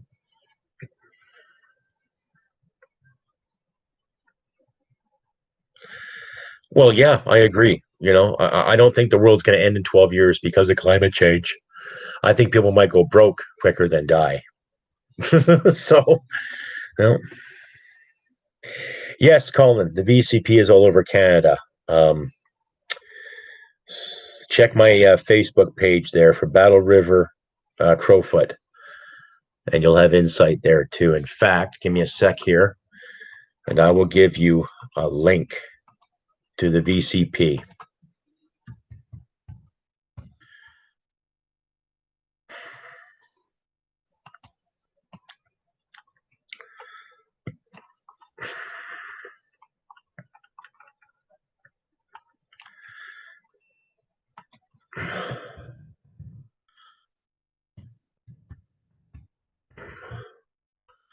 Here we go.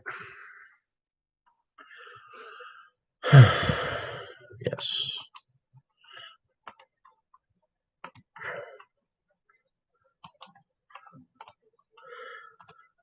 There we go, Colin. There's a link right there. I just sent it, so check it out. Yes. Well, it is a tax siphon, like the new carbon tax and the so-called clean fuel tax. More tax and tax and tax to disenfranchise more Canadians. It's supposed to encourage us not to use fossil fuels. Yet green technology is so much better.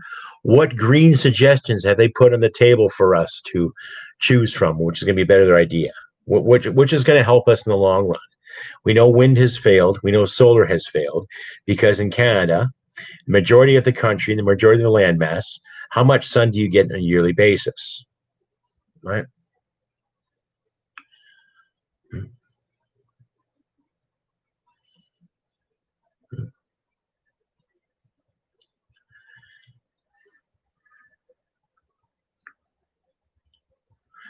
Well, we can understand that too, John Victor, but if war can be avoided, then yes, let's avoid it.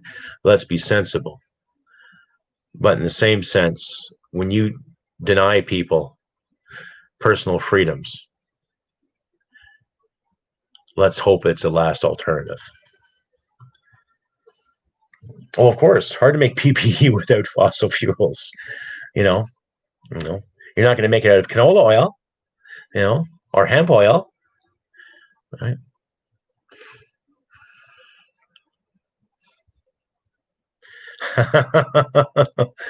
Because they're all running scared, right? Even last, like it still surpasses me how in October of 2019 that the majority of Torontonians still voted for that party. You know, you know.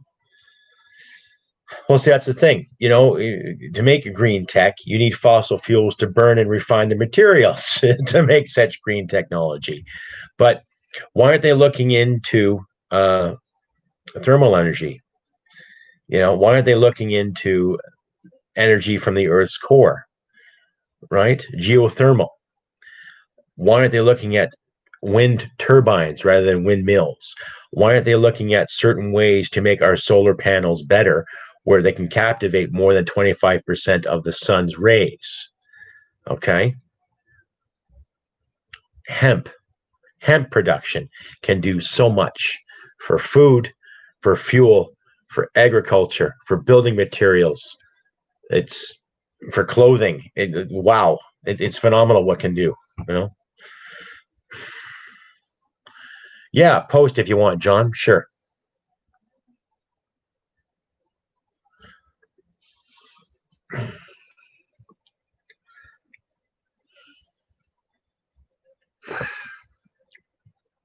Hemp works.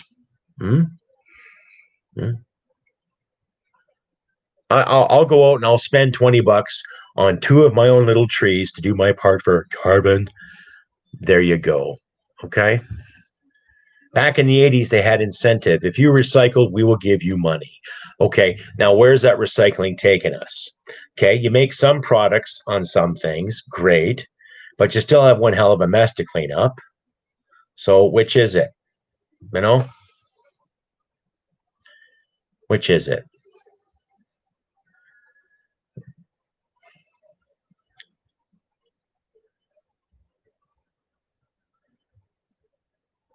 Yeah. Yeah, I would agree to that. Yeah. Hmm. Yeah, I would agree to that. So, I know, folks, I'll remind you again, too, if you like what you hear and see, please consider joining the Crusty Canuck page. For $1.99, you get to see my ugly mug twice a month, every time I do a live stream. And plus, I will give you accolades like I did to Miss Sue there. Thank you again, Sue. I think I'll give you an applause. Yes, Sue became a member, joined the $1.99 club. So thank you very much, Sue. Thank you. So.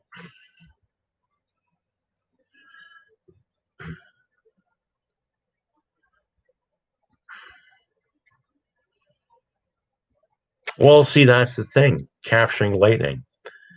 I've actually heard of something like that. That's a possibility. But like I say, geothermal too. There's ways we can tap into the Earth's energy without destroying or moving any kind of tectonic plates to do it. Right? How about incentives to make your own fuel, your own biodiesel? Right? There's conversion kits you can buy in Amazon, for crying out loud. To use less fuel, but still get proper fuel efficiency for your vehicle. Fantastic,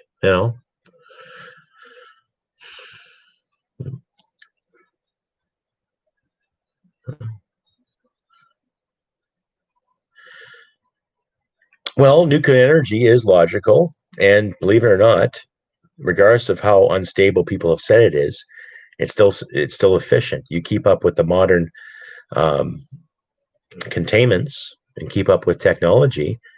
Nuclear energy is your best friend. Well, you take some of the earth, put it back, sure, but it gets recycled through human beings, through use of the human population, right? Geothermal is constantly replenishing itself all the time, just like the water, just like the air, right?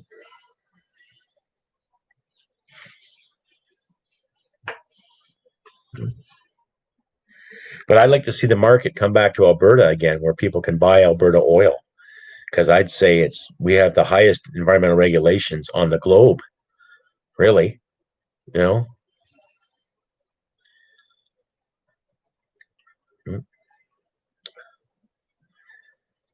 Of course he does. He also wants to buy Saudi oil and Venezuelan oil and Nigerian oil, where they treat their people like absolute garbage, and it's cheap, right?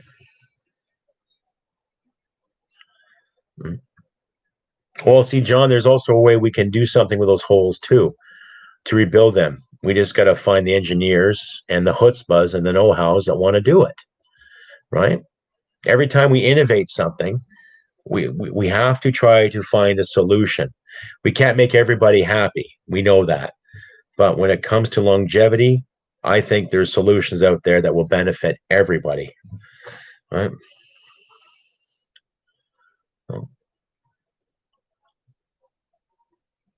Exactly, Colin. The jobs that will go with it too, right? Mm-hmm.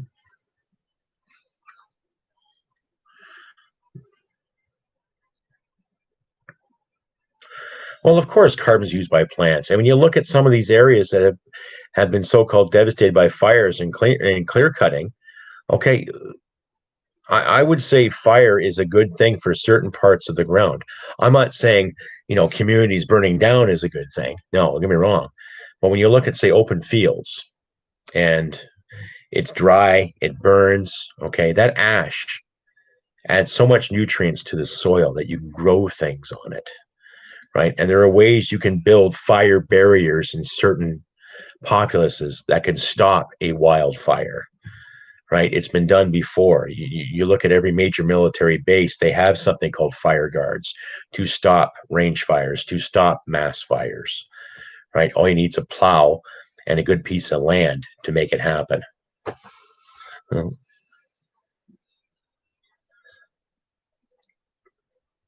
Well, it's not so much the price, John Victor. It's a matter of the people being put in charge saying yay or nay to it. When you look at Bill C-69, that wanted gender parity when it come to building the pipeline, these fucking clowns in Ottawa worrying about how many women are going to have jobs or not, and the so-called impact of male construction workers that Justin Trudeau talked about in Argentina 2 years ago. Like, that's just stupid. I personally know women that can drive dump trucks and work in the oil patch. And if they want a job, they can get one. And they've never had anyone close the door on them saying, well, you're a girl, you can't work here. They've never had that. So it's a joke, right? And the thing is, too, La Belle Province, not to diss your home province, but the Bloc and the mayor of Montreal had a lot to do with those decisions to stop production, right?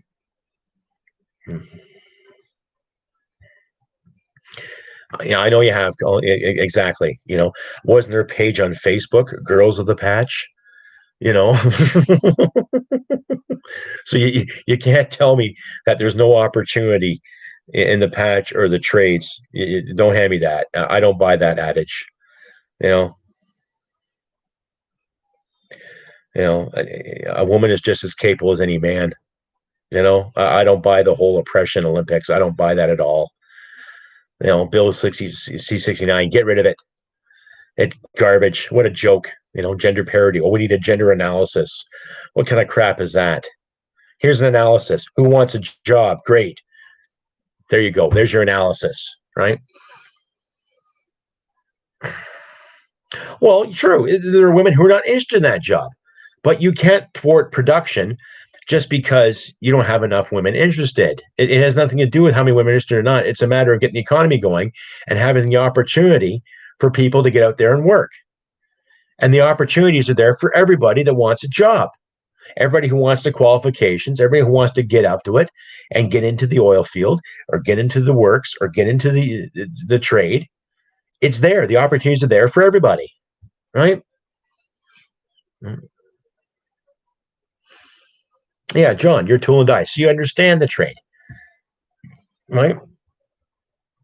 If the boom came back, you'd probably be applying for a job too. Oh, heck, I can cut these pipes. I can do this. I can design this tool, design that tool. There you go. When I was taking my gunsmith training, there were 4 women on our course too.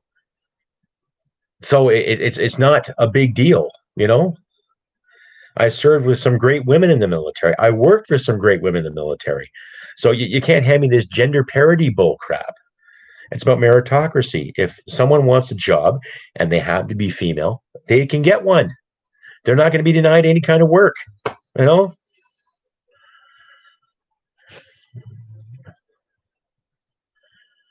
Yeah, exactly, Dave. And really, Dave, how many doors were closed on women's faces because of their gender that you can think of off the top of your head?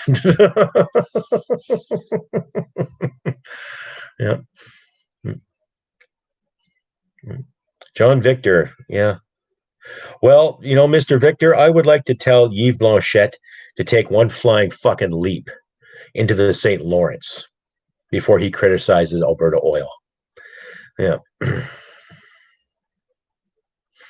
Yeah, exactly, Dave. None.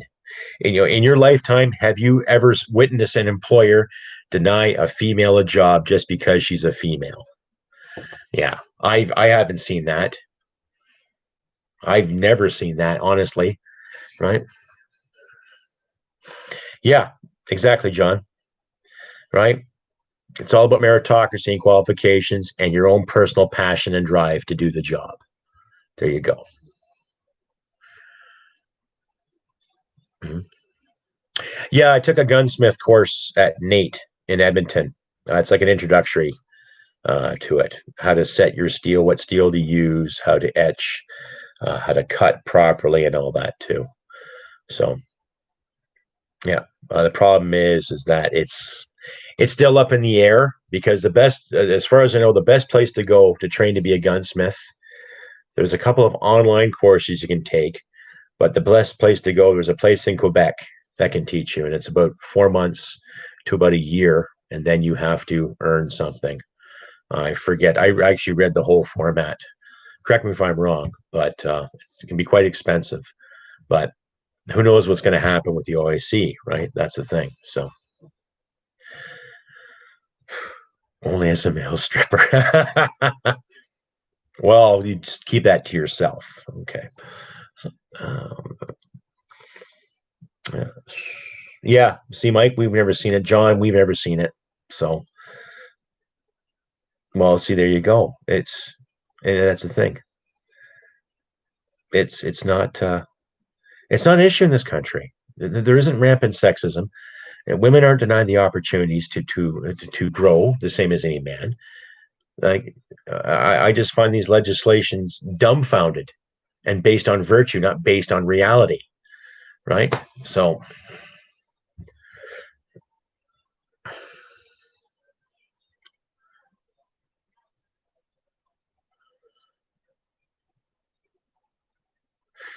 okay, folks, I'm probably going to shut this down about another 10 minutes.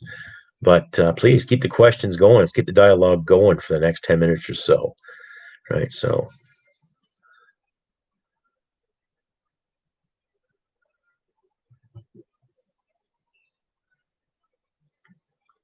I see, Sue.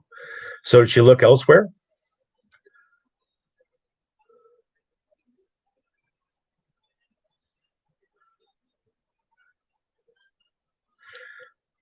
See, a situation like that, Sue, I would fight the highest power, right? Nothing wrong with a female doing that. Nothing wrong with it all. Yeah. Did she get any resolution from that, Sue?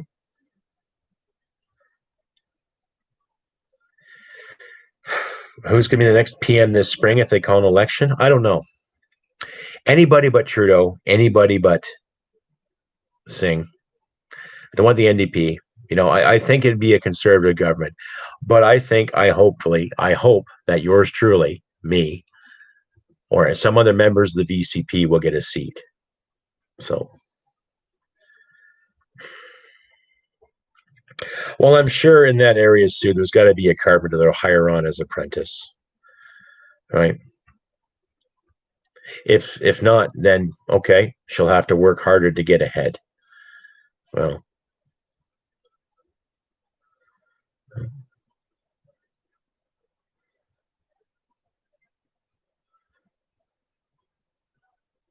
yes, John, I am running for the VCP in Blackfoot, or sorry, I can't even remember where I live right now. Battle River Crowfoot, sorry, Battle River Crowfoot here in Alberta.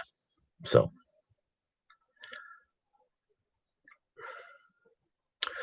well, I would like that, Mike Neufeld. I would like that, and I would see what I could do. I would definitely promote something like that.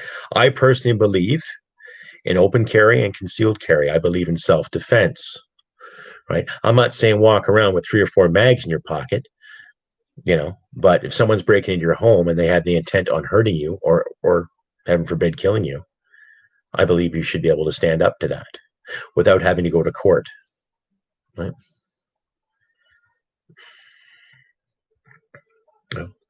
Dave Edmonton. Yes, Bill Blair doesn't know what the hell he's doing. He doesn't know whether he's sneezing or whether he's farting. So I don't trust anything that guy has to say. I don't. I don't like. And it's so disappointing too that he was the chief of police in metropolitan Toronto, and he treats guns like it's a cancer. Okay, disingenuous as far as I'm concerned. Towing the party line. He doesn't care. He's getting paid, right? He's getting paid. He doesn't give a fuck. So he'll do whatever he's told to say, right?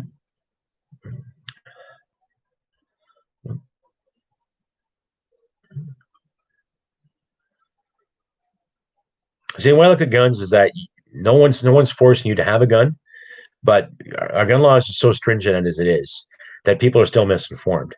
Okay, so the next time someone tells you, "Oh, it's so easy in Canada to get a gun," then you tell them to walk into a gun store, okay, and ask them if you could buy something off the shelf. And the moment they ask you for your PAL card, then you tell them, "I told you so." Okay, that's simple, right?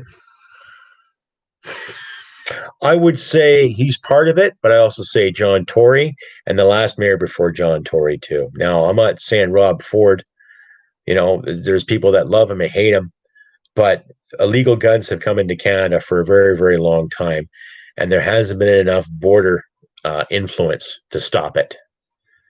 2013, Toronto made a big deal about this big bus they took down. Okay, great. And ironically enough, Mr. Bill Blair was the chief of police at the time. So what's that tell you? You treat guns like you do tools. If you can go buy a power tool, you can go buy a 22. If you can go buy a skill saw, you can go buy a 30-06. If you can buy a carpenter square, you can go buy a Remington. You know what I mean? I got nothing against carrying a card, having a license to do so, fine. But just because I took the training, store my guns properly, look after my property, I don't use them in vain, I'm not stupid with them, don't call me a criminal. Okay?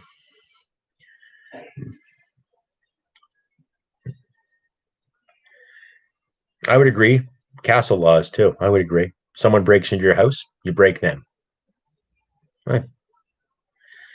True, Mike, you get a gun easy from a criminal at a higher price, but it can be done.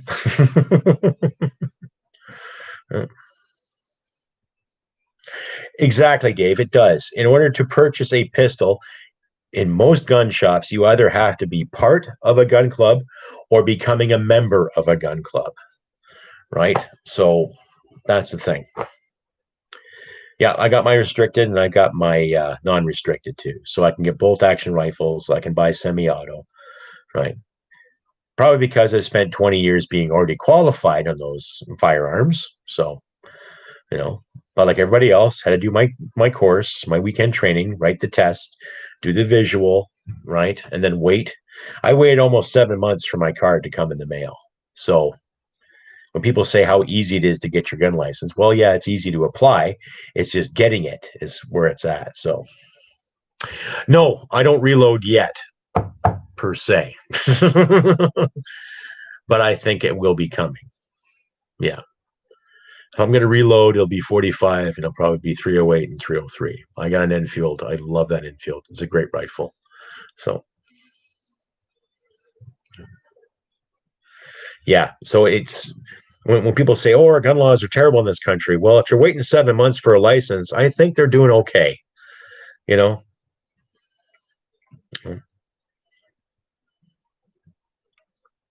I think people are doing okay. Yep, 303 British. I bought it off some cocky reservist. You know, he was lucky I actually bought it because he was making comments about my head and my age too. So he was lucky I actually bought the rifle from him. One minute he's telling me he's hurting for cash, and the next minute he's insulting my regiment and making fun of my age. And I told him, it's like, well, do you want me to buy this rifle or not? Because I'll tell you where to fucking stick it if you don't. Oh, okay. Took $100 off me too. It's only cost me 4 and change. Like that's with shipping and everything, right? So it's an antique and it's a durable rifle. I have to get the bolt checked out though too. I think it's off a bit, but last time I fired it, I had no real issues. Beautiful rifle, just a beautiful rifle, Huh. My wife got me a nice 22 there for my birthday last year, so that was nice of her. So just nice 22 Savage, good rodent killer. So. Uh,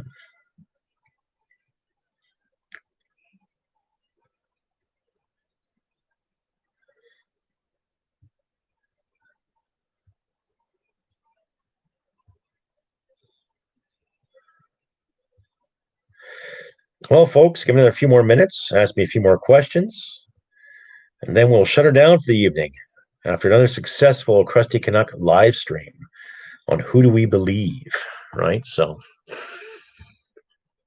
and thank you once again to my new subscribers out there for subscribing to my recent podcast. Thank you very much. And I especially want to thank everybody for coming out tonight. The crowds are getting bigger. It's much appreciated. Thank you very much. Well, yeah, get your paperwork in right away if you can, Mike, for your restricted. Just keep bugging them. Treat it like a job interview. Every week give them a call. What's the stats? What's the stats? What's the stats? And they'll get so sick of you, they'll say, fine, here's your card. Leave us alone. Right? So do what you can with it too. No, I'm going to be considering reloading sometime, probably after Christmas too. But like I say, I'm trying to raise some money for the podcast here. So certain things will come first. And hopefully by the new year, I'll be working in a new position. So we'll see how that works too. But in the meantime, yeah, we'll just keep fighting the good fight. So, well, it's there. It's getting there. I think Monday is the big day. But like I say, folks, let's care about our business. Do what we can. Do what we can to help our neighbors out. A little bit of community service doesn't hurt. If it means you got to shovel a bit of snow, so be it. Give a few extra liters of gas. Give a few bucks to someone less fortunate, by all means. Buy some groceries. Give to the food bank. Do what you can. 'Tis the season, ladies and gentlemen. You know, do what you can. You know, thank you again, Sue Kozakowski, for becoming a member. Like I said, if you become a member, I will give you a round of applause. Thank you very much, Sue Kozakowski. Thank you very much for joining the page, and I encourage others to do the too. You get yourself a fancy little lingo right there beside your name, and a badge, and bragging rights too. So, well, I hope the patch opens up next year, period, and get people working again, you know, en masse. And I hope Calgary smartens up too and votes in a better mayor than Mr. Liberal Nenshi guy. So,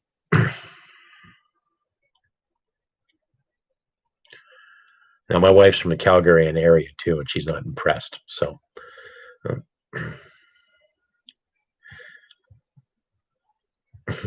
Kozakowski, you know, I could do it with an accent if you like. Would you like a Russian accent? Yes. Not a problem. Miss Kozakowski, yes. Thank you for joining the podcast. Welcome to Radio Free Crusty Canuck. Yes. Well, I hope the VCP gets a seat too, and I hope it's mine. But we'll see. Try to be optimistic here, but they haven't called anything as of yet. But once they do, once there's rumors rimming around, then I need to get my signatures from people in my riding, submit them, and then start hitting the dirt and start knocking on doors and encouraging debate and dialogue to get communication out there and remind people that I want to work for you. I want to work for you in my riding. So, you know, Mike, I'm actually looking for someone that can make me proper patches. The thing is, too, with the podcast, I don't want to have shops everywhere. You know, I picked the Crusty Girl brand, or not the Crusty Girl, the Customized Girl brand, because they offered me a better deal and they got things done quickly for me. And they were very, very responsive with emails and my questions and concerns. But yes, I will definitely look at morale patches. I'm actually thinking about air fresheners too for your vehicles. So there's an idea. Man. Yeah. So I definitely will consider that for sure. You know, if you could find me a link there, Mike, to a company that's willing to do it for me at a decent price, I'll definitely consider it too. You know, and maybe I'll add those patches to some incentive for people to join, or use them as giveaways. Maybe we'll see for sure. Well, actually, Colin, since you mentioned that, I do have swimsuits on. I'm a customized girl. They're one pieces, but it's got the Crusty brand on it, one or the other. So, you know.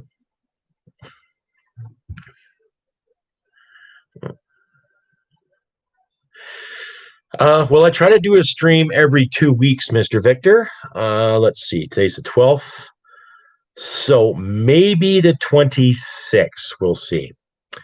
Maybe the 26th. I don't know. Christmas is iffy. So if not the 26th, then possibly the 27th or 28th. Try to keep it sane and simple. Right. But yeah, I try to do one every 2 weeks. So okay, that I appreciate that, Mike. Thank you. And you've got my email, so please use it. Give me some links and all that too. I can make some great morale patches up if need be. So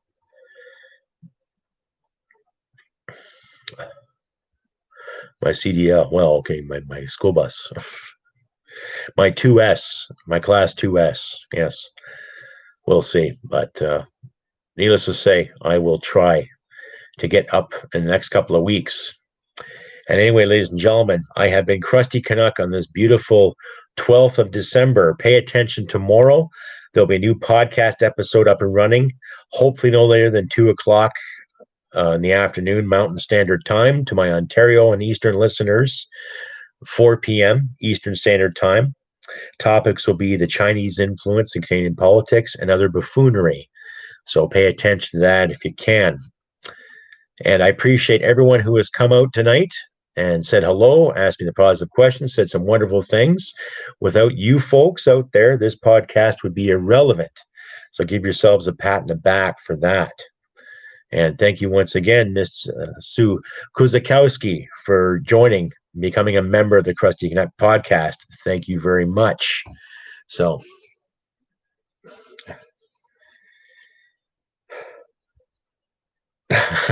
yes, I've seen that, Sue, in regards Corporate for Life. Yeah, I try to get them advertised on my show too. So, but well, I'm going to ignore the lockdown rules. I'm going to see who I can when I can, and I expect you guys to do it too. Stand your ground, folks. Do what you can to help your neighbors out, help each other out, especially this time of year. Whether you're religious or not, Merry Christmas, Happy Kwanzaa, Happy Hanukkah to my Jewish listeners out there too. Well, happy Festivus to my Seinfeld fans, and happy holidays to everybody out there that cares. Let's just try to be a little more genuine, a little more kind and considerate. Let's not tolerate the BS that's being thrown down our throats, and do what we can to help each other out this time of year.